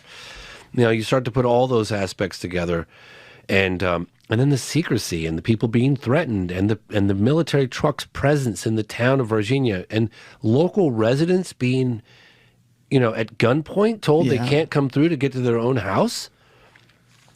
You know, and all of those things. It's such a crazy story, and I get that knee-jerk reaction of there's no way this happened. This is too unbelievable. I don't even know. I can't even find a word in the English language to describe like how, you know, how it's just, you can't wrap your mind around it. You can't, you know, if it happened, please tell me a story that's more significant than this. Okay, I'm just begging you. Okay, if it happened, find out why. Yeah, and it's like, it's just potentially the biggest story, and I don't have all the answers. I want more answers. Yeah. I want military involvement from the United States. That's one of the things that came out while we were there. Coincidentally, and I don't think this had anything to do with us being there, the very radar control officers, you know, the guys that sit at the airports with the towers and they monitor all the radar of objects coming in and out of Brazil and all that stuff? Well, he was, you know, January 21st or 22nd, 1996. He came forward while we were in Brazil. Like, I guess that would have been 2021. The guy watching the thing. The guy watching the radar scope. The guy that's with the Brazilian. Now, he's also part of the military because you're, you know, anything to do with, I guess. Yeah. And you could look. So he says that a plane came in from the United States Air Force, USAF, he calls it, USAF. And he said this plane came in and it didn't have the normal authorization from the Brazilian government to come in. There's a technical word for it. I'm sorry I don't remember the name of it off the top of my head. But You cannot just fly into Brazil without this authorization from the Brazilian authorities. You have to get it, OVIV or OVAV something. You can look it up. And I got the other guy's testimony here. You should actually take a look at it.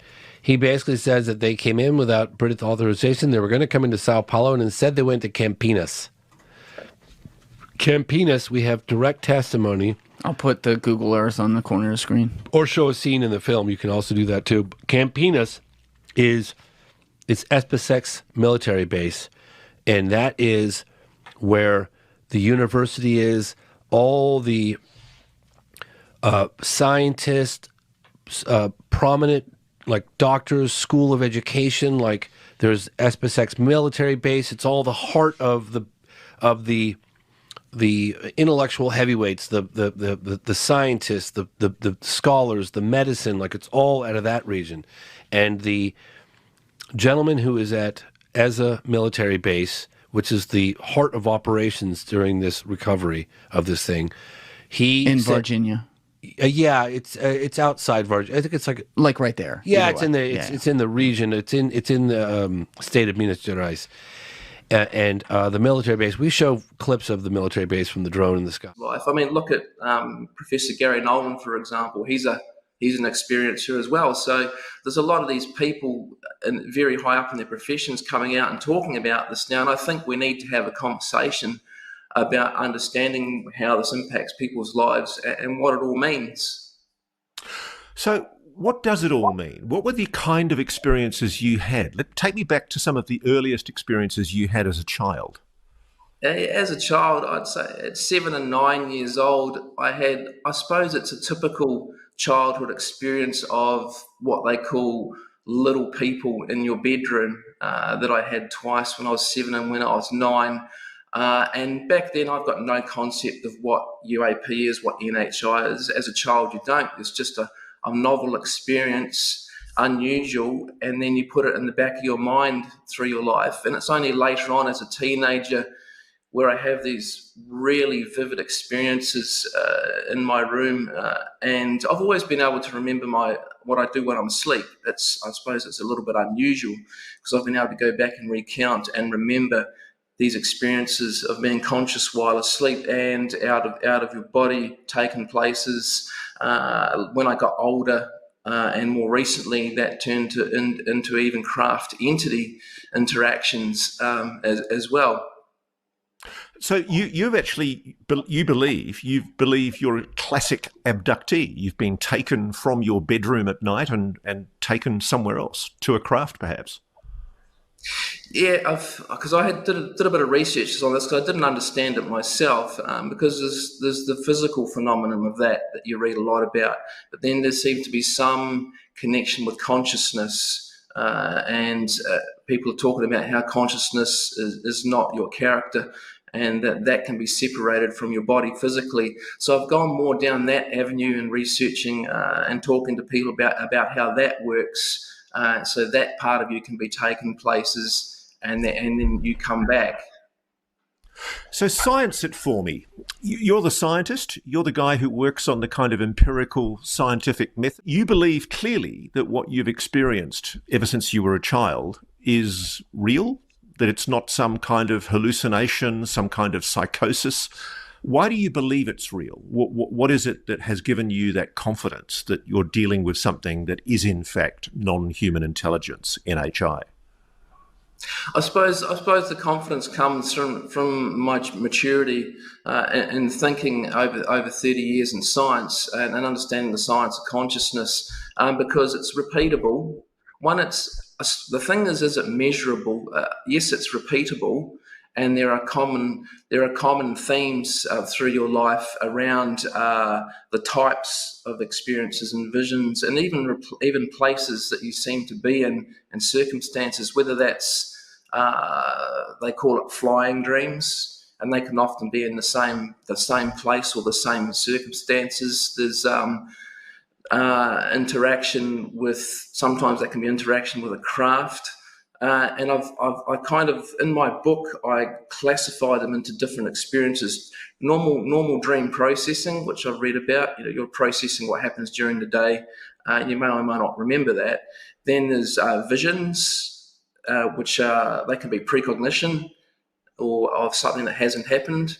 Then you've got your outer body and astral projection, which is going places. And then from there, the other one that I've come across is the interaction in your room at night, where you seem to be, I suppose they call it paralysis, sleep paralysis, and something's going on. There's a presence in the room. You can't move. And what I tried to understand is fear. There's a lot of talk in consciousness studies about overcoming the fear of something that you don't know, and that once you can seek to understand it, you have more freedom to interact. And I've found that in my older years, I've got more freedom in these circumstances to question, to interact, and to ask what's going on. Is it hard to speak about it? I mean, there's a lot of stigma associated with saying that you've been abducted or that you've had interactions with NHI. Are you concerned about blowback for talking like that? Yes and no. But I think we need to develop the vocabulary, because there's so much pop culture around UFOs and UAP. Even the word anti-gravity that was coined because they didn't understand what they were looking at. So I try to avoid the pop culture terminology and facilitate a discussion about the science behind it all, because I believe there's a science that connects all of this, from UAPs to UFOs to consciousness studies to experiences and what they experience. I think there's a whole, and if you go back through ancient history, the ancients certainly document a lot of this stuff and had a deep knowledge of it from what I can gather. So there's a lot more to see than just the light spectrum, the visual light spectrum, and I need some more gear. So I went and thought, I'm going to invest in some infrared digital camera. And then so round 2 of my camping trip, I set up to do what I was going to do at night and tested my film and that. And then after dusk, I was filming the sky and then the horizon. And what do you know, as you said, orbs appeared in my field of view. So let's talk to one of those images. There's a beautiful image that you've sent me on video that you captured of, it almost looks like a sun. It's a solid white spherical object moving very slowly, tracking past trees, presumably right in front of your campsite. And it moves across open sky, across trees again, and then disappears out of sight. Was that one of your first classic sightings of the spherical orbs that you see in the outback? Yes, that was before I developed all the field methodology to apply the scientific method. I was just scanning, and that was one of the first ones I saw that came right past me where I was filming on my first trip with those digital binoculars, and that's what inspired me to get other gear. So I went and got an electromagnetic field intensity meter, a Geiger counter, and another gear, and you'll probably talk about this soon, but I got in contact with someone I could trust to talk about how we develop the methodology in the field to collect reliable and repeatable data and have a data-driven program of research up there. So that's what I really like about your work. You remind me a lot of my friends John and Jerry Tedesco over in Long Island, New Jersey, who are currently dealing with a plague of a swarm of drone UAPs of some kind hovering over the east coast of the United States. But, they decided in their retirement years that they would science the subject of UAPs. And boy, did they find some interesting stuff. And what I love about you is you've done the same, and you've teamed up with a guy called Brian Tyson. What can you tell me about Brian, and what role does he serve in your research? Yeah, that's right. So several years ago, when I had this first field trip, I was hunting around for someone I could liaise with that didn't have an agenda, was not interested in owning any of what I was doing, but would help out in the capacity that they could. And in his particular role, he had a personal interest in UAP. And I hooked up with him through my social media channels because I saw him commenting on UAP. And I just mentioned that I had this project going on in the Pilbara, and was he interested in looking at a little bit of footage and some images? And he said, yeah, happy to help, I'll have a look. And then the relationship evolved from there, professionally and personally. The Aboriginal people called them Min lights, and when the first European settlers arrived in Australia, they were really struck by these weird glowing orbs of light that are frequently seen hovering over what we call the outback, which are the big wide open spaces of mainly desert in the Australian interior. And so one of the things that a lot of the debunkers have been saying in response to this vision is that this is just backlit insects moving through a light that's illuminating the scene, and that they're out of focus insects.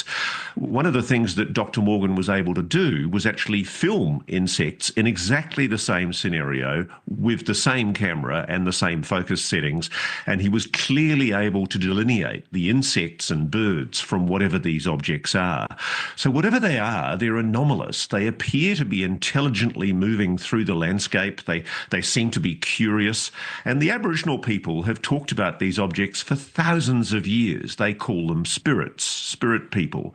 And essentially they are very, very similar. Dr. Morgan and his colleague have published a paper which explores this idea. They're very, very similar to lights that have been recorded across the United States at various Air Force bases where there've been anomalous orbs basically going into buildings, and particularly other areas where there are nuclear weapons. And it's not a coincidence, I think, that this area of the Karijini Desert is very close to a major Australian base that's part of the US national deterrence. It's where communications are made with US nuclear attack submarines in the Indian Ocean.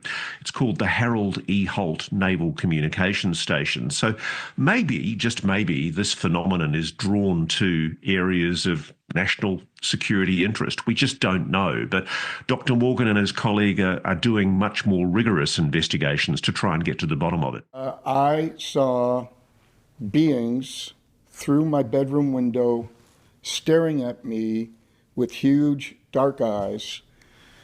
Here we go. That scared the bejesus out of me. And it was terrifying to the point of paralysis. And you told yourself as a child it was some kind of dream. Not just me. I told my parents I would scream once I returned to a state where I could scream.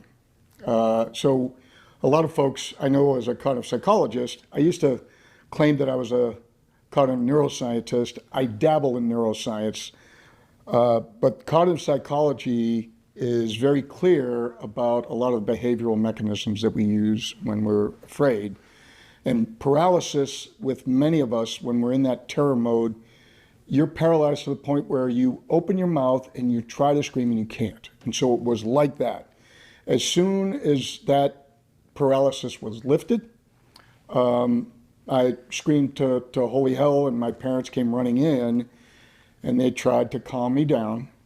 Both my dad and my mom. My dad was an aerospace physicist. Protocol on the weekends to ride from my house, which happened to be in a little sprawling little yuppie kind of suburb of Denver called Highlands Ranch. And at that time, in 1995, MacArthur Ranch was an undeveloped area. So it was about 7 miles away. And so I got on my mountain bike and I would ride up to a place called Daniels Park, which is now heavily developed. But at that time, it wasn't. And it was a gorgeous place to go up and meditate with the Rocky Mountains. I used to claim that it looked like a Coors Light backdrop. I'm looking at a beer can. And it was amazing. So I would go up and sit on, they have a bunch of, at that time they were concrete, I think they'd been filled in at this point, picnic tables, and I would meditate, just like I learned through my martial arts training. It was wonderful. And so I would be totally calm and relaxed after that. And it was a moderate climb up. It wasn't anything that got me into a high zone. I would barely break a sweat. It wasn't a particularly difficult climb. And so on my way back down, and I'd done this ride several times before, And on my right on the way up, after I came, it was a dirt road at that time, there was a chain link fence with 3 strands of barbed wire along the top. And I thought that was very curious because why would a farmer, what are you farming back there? Is that a little bit of, this is before marijuana was legal in Colorado. But then I saw a sign that said Indian burial grounds. Please respect and keep out. So made sense to me. Now my great-grandfather took an Indian wife as part of the migration. So I have, I guess, some portion, maybe an eighth of my bloodline has Native American background. And I've always been very respectful of that culture. Which tribe? Sioux. Right. So he came straight off the boat from Scotland and made the launch across there. So I was mildly curious, but I had never entertained even the slightest notion of violating that request. And on the way back down, I'm gliding along, and all of a sudden, so I go past it, and suddenly there is an urge, sort of an uncontrollable urge, that I got to get in there. Get to the Indian burial ground. Yeah. So I turn my bike around, get off my bike. I go back to some of my special forces training, and you get, I go into Jason Bourne mode, right? And I'm trying to figure out how am I going to get over this doggone fence. And then I noticed that on each side of the fence there's a gate with a lock, but the gate isn't as heavily barricaded as the fence, and it dips down a little bit. So we naturally were trained to look for little niches like that. So I climb up the pole, toss my mountain bike over the top, catch my jersey in a couple places, and get back down. And I'm about to get on it, and then I had this, again, respectful notion come welling up. Nope, I'm not going to ride. I'm going to walk my bike and just be respectful and see what's back there. So I do. Come around a corner, long dirt road, and I'm just kind of hobbling along my little bike shoes. And I feel a little bit of moisture on the tip of my nose. And I'm curious about it because I haven't been working hard on the way downhill to sweat. So it must be sweat. And so I kind of ignore it, and it drops onto my hand on my handlebars. So I had these weird ram-shaped handlebars, and I had duct tape across it to hold my GPS. So I was involved in the very early testing of small portable GPSs for the entire special operations community, primarily because I'm convinced I was lost more than any detachment commander in the history of special forces. So they gave me a bunch of these gizmos, me and a couple of my guys, and we tested them out. So I was a techno geek, and I was all about GPSs. So I'm looking down, and I do a double take because it's not clear. It's dark. And then I realized with shock that it's blood. And so all of a sudden, I get this kind of a gusher, bloody nose, which I had not had since I was a kid. Now, I have had my nose broken on multiple occasions, twice by women, believe it or not, testing for my black belt, and in a relay, a medley relay where I think I was swimming butterfly, and the other gal hit me in the face on the way in the water. So it's not unconscionable or abnormal, but it was abnormal in the sense that I had gone a year. We had been living in Denver, for a year. So it wasn't, that I was desiccated from the high desert air. And it was sudden, and it was vigorous. It wasn't a slight drip. So it was just kind of weird. So, of course, Boy Scout training, I lay down, put my nose back, and I'm figuring, well, I'll get back up here in 5 minutes, get back on the bike and continue this, and then eventually I'll get back on the bike and ride home. And as soon as I lay down, I am out. I am unconscious. And the next feeling I remember is like a very deep chill. Like I had been sleeping outside a sleeping bag. I was chilled to the bone.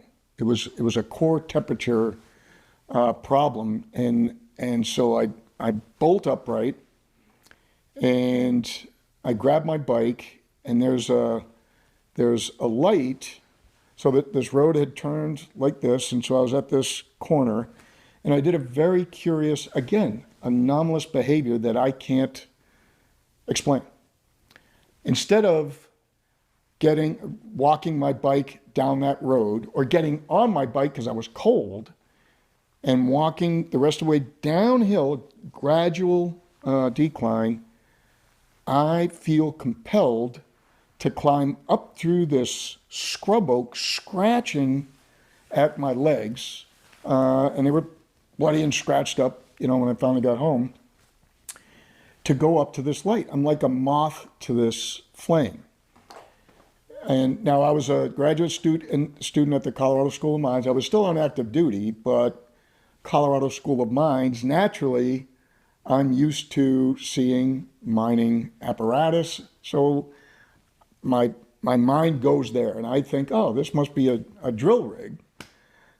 I'm not sure why people would drill at night instead of during the day, but I'm not thinking any of that. I'm just like, okay, so I am naturally, again, drawn to this thing in an anomalous behavior to go uphill through a crazy route to get up onto this plateau. So I get up there, and I see what I think, but it's a very fuzzy memory, is a fuel truck. And so I walk my bike along, and I purposely put my bike between me and the truck. There's something about the truck that doesn't feel right. And I position the bike, and as I go past the cab, I look into the cab because I want to talk to somebody and see what the hell's going on. And what I remember in my mind's eye is a red plaid shirt. And I don't have a image of the face. I feel like it's a male presence, but I don't have an image of a face. Is it human? I don't know. At that point,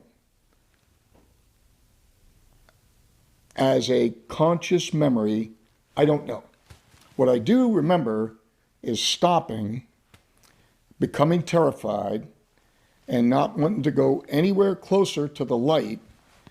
And I turn around and I sneak my way back around the back of the truck, and there's some sort of activity over here, and I sneak my way back around the back of the truck, and I am dragging my bike through scrub brush until I finally come upon an open road. It was the scrub there, the scrub oak there would have been very difficult. I don't like the word impossible. I don't like ever, always, or any of those absolutes.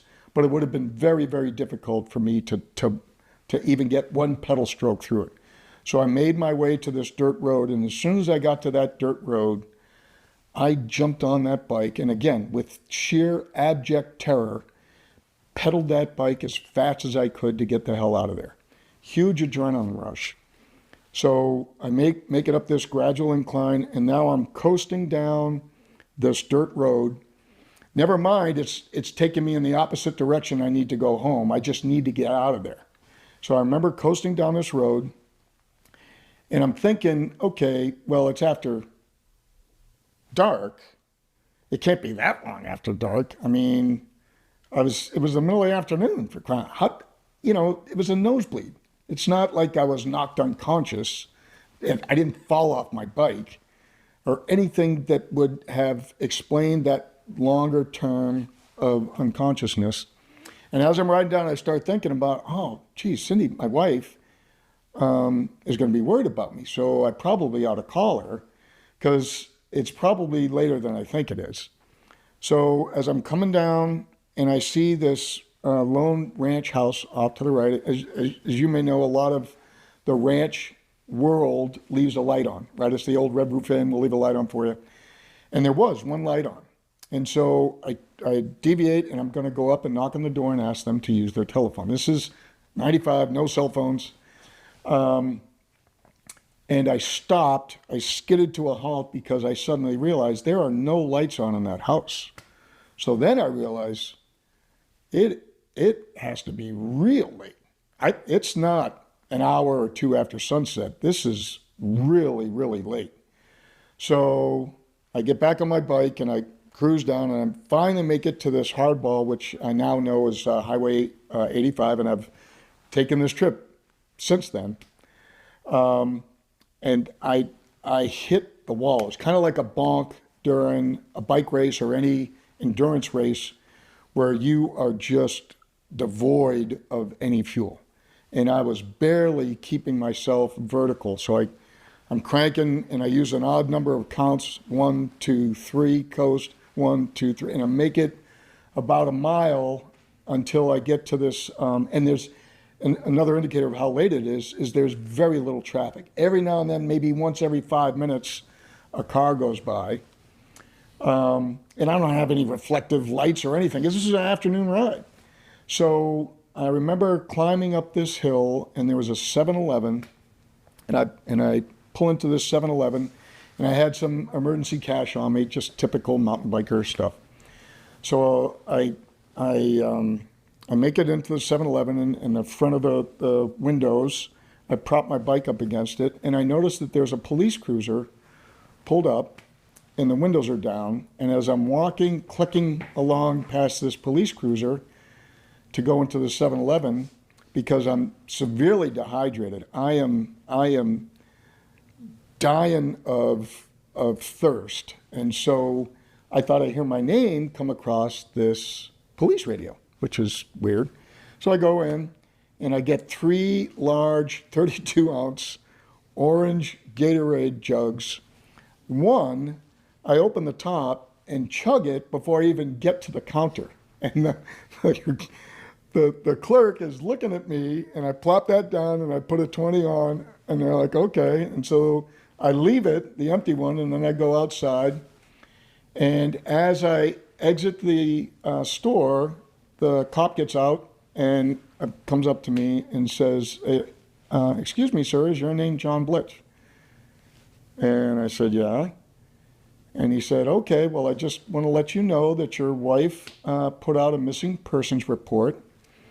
And I've already called in that I thought that was you. And can I offer you a ride home? Now, this is where the athlete's ego would normally say, hell no, man. That's like asking me to carry my rucksack. How dare you? What an affront. What an affront to my physical stamina. But what I really said was, oh yeah, thanks a bunch. Because I felt like I'd run a marathon. Was it a fuel truck? I don't know. I can't tell you. You think you would take it? What I don't want to get into is a reconstructed memory after a hypnosis You just session. don't know. What's that? You just don't know. At that point, I did not know. It's capable of screwing with your perception. How do we know what it is? And how do we have any idea of whether it's benevolent or malevolent? Yes, so concurrent with that experience, there were 2 other experiences that are very crisp for me and independently corroborated. The first was walking into a mall. My youngest daughter and I were late to link up with my oldest daughter and my wife. We cut through a Barnes & Noble, and we're walking along, and she's in a rush because she wants to link up with mom, because mom's going to take her clothes shopping, get ready for the school year. And I stopped dead in my tracks. Because as I was walking along, I glanced over to my right, and there was a bookshelf, kind of like those shelves there.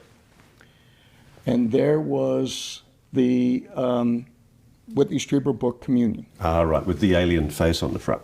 Yeah. And all I had to do was glance at it. See? All I had to do, this is what happens. This is the tingles that are going on. So it's very real to you? Say that again? It's very real to you. There's no doubt in your mind that it's real. Oh, it's a physiological response. I mean, I am on the edge of terror right now.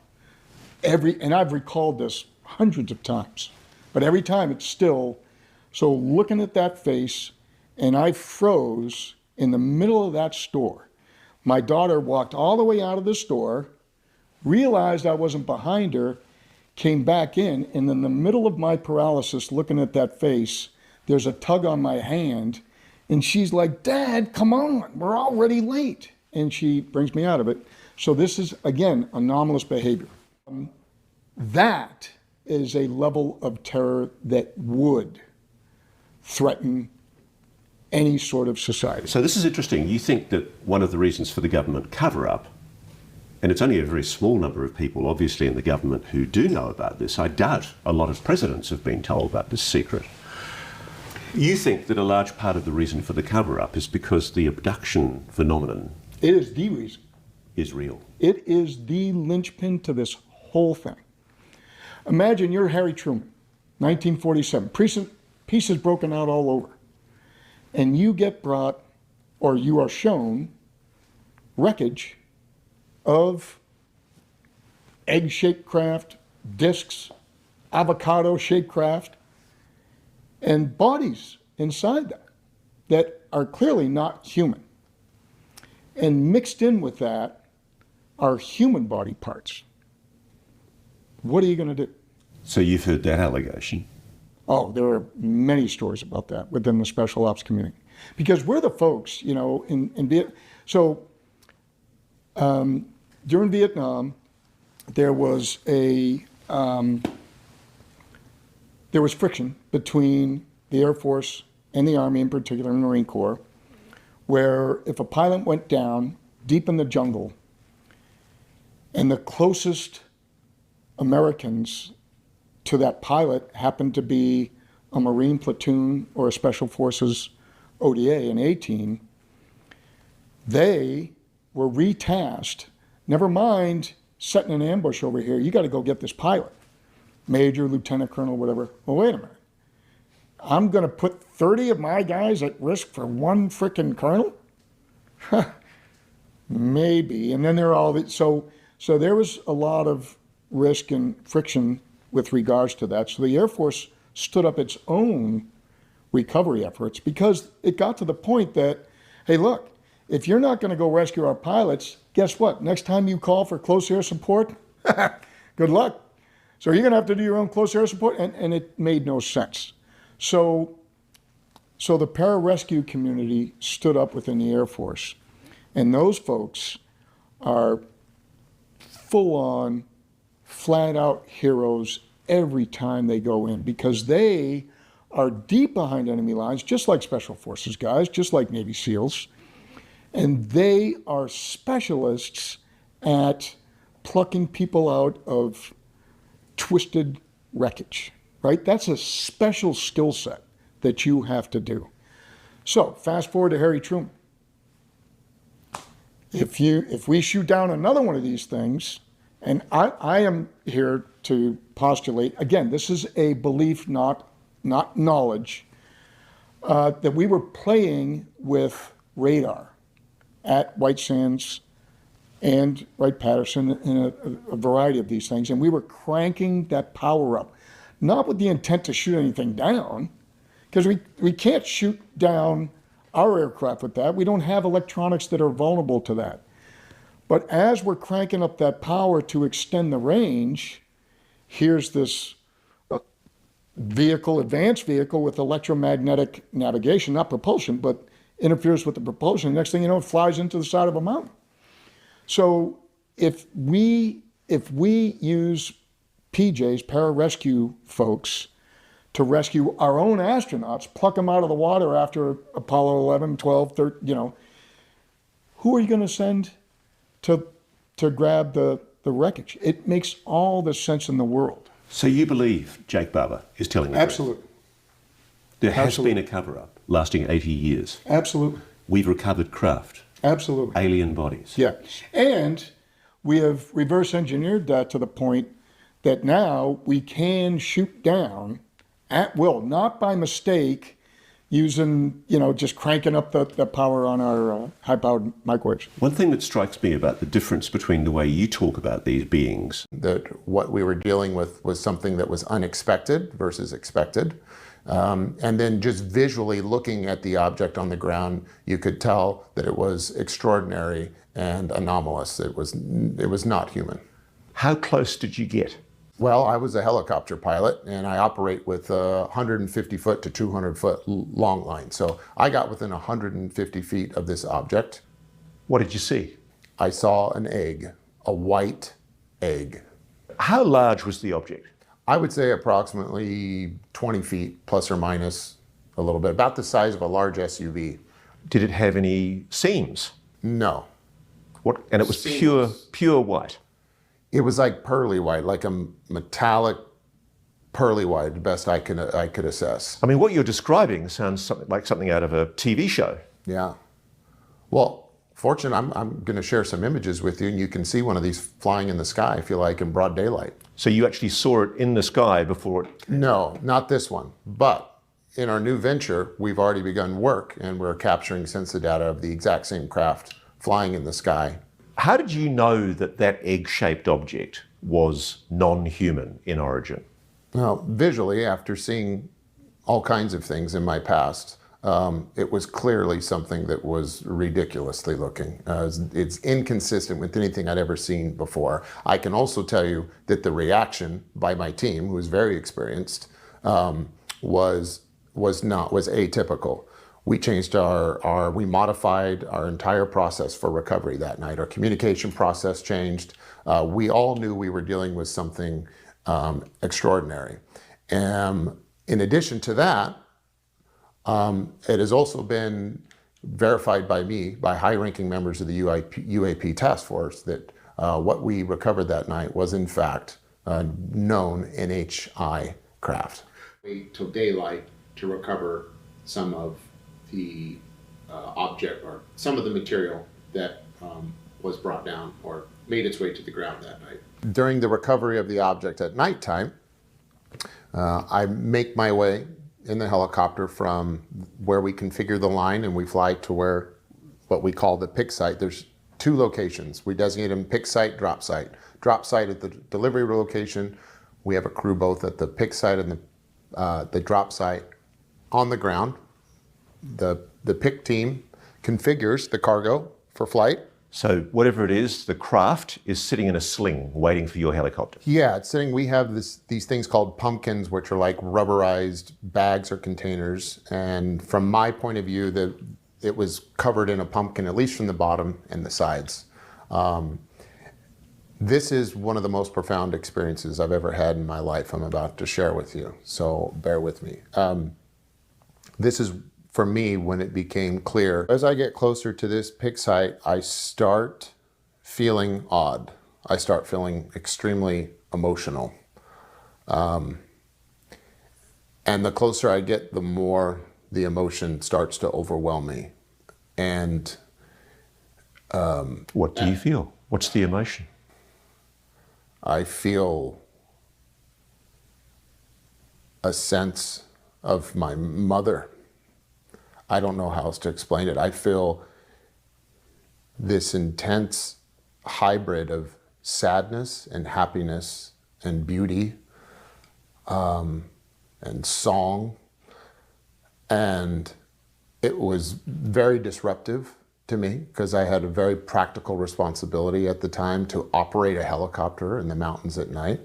And I began wondering what was wrong with me. It was late. I'm like, am I just stressed? Am I tired? Am I marinating in cortisol and estrogen? I don't know.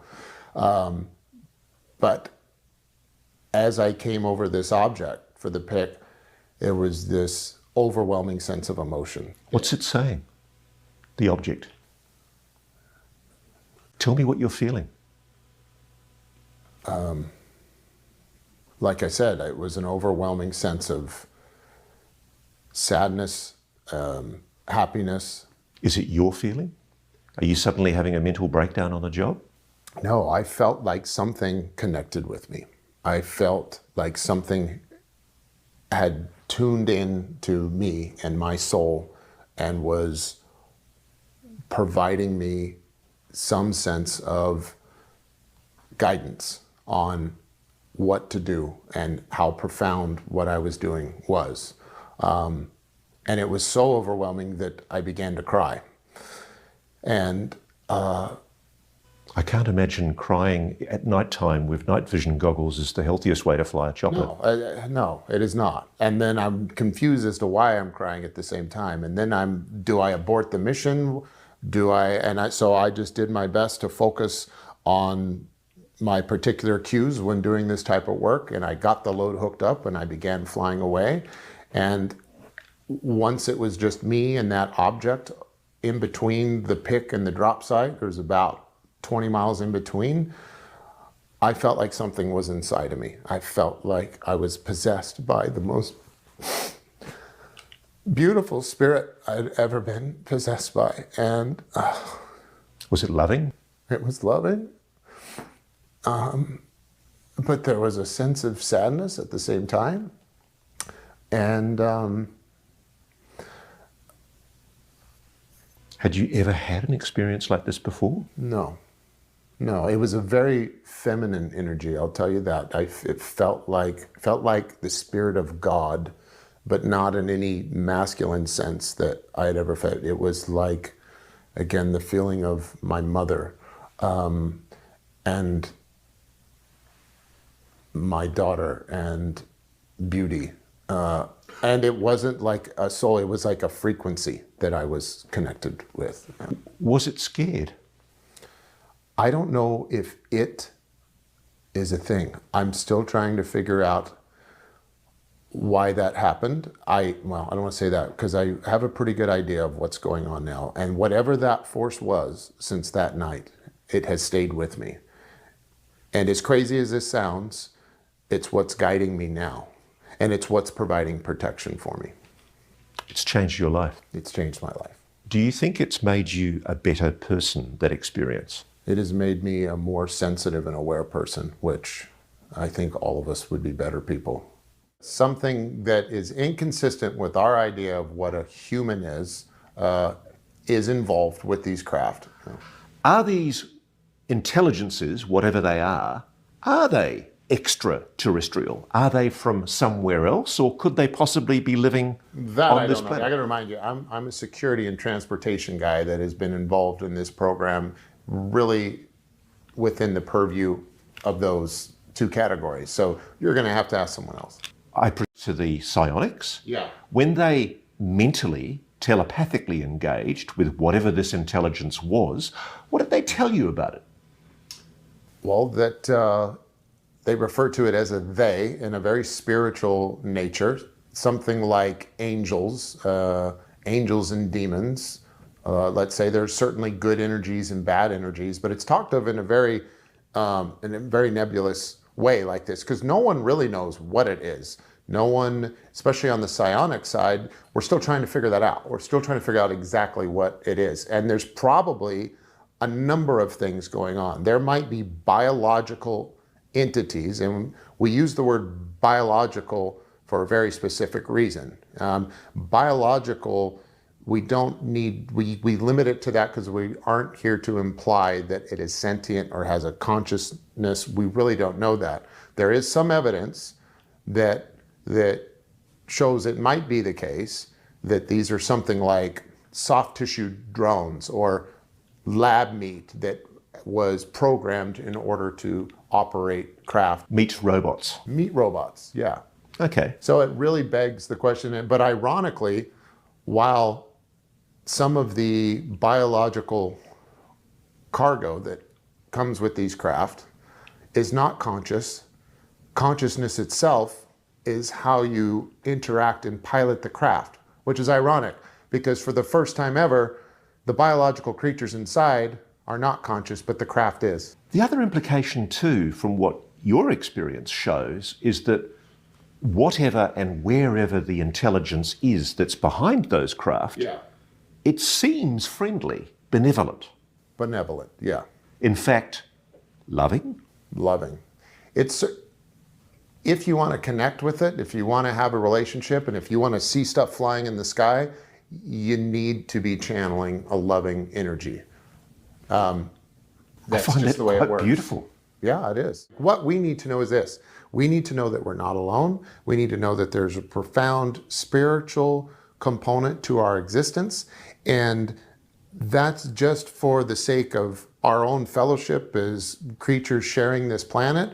But also there's an extreme amount of utility in our ability that has been suppressed forever. So if we could learn how to use that, and also for those that are keeping the secrets, keeping it secret is a bad way to try and study something.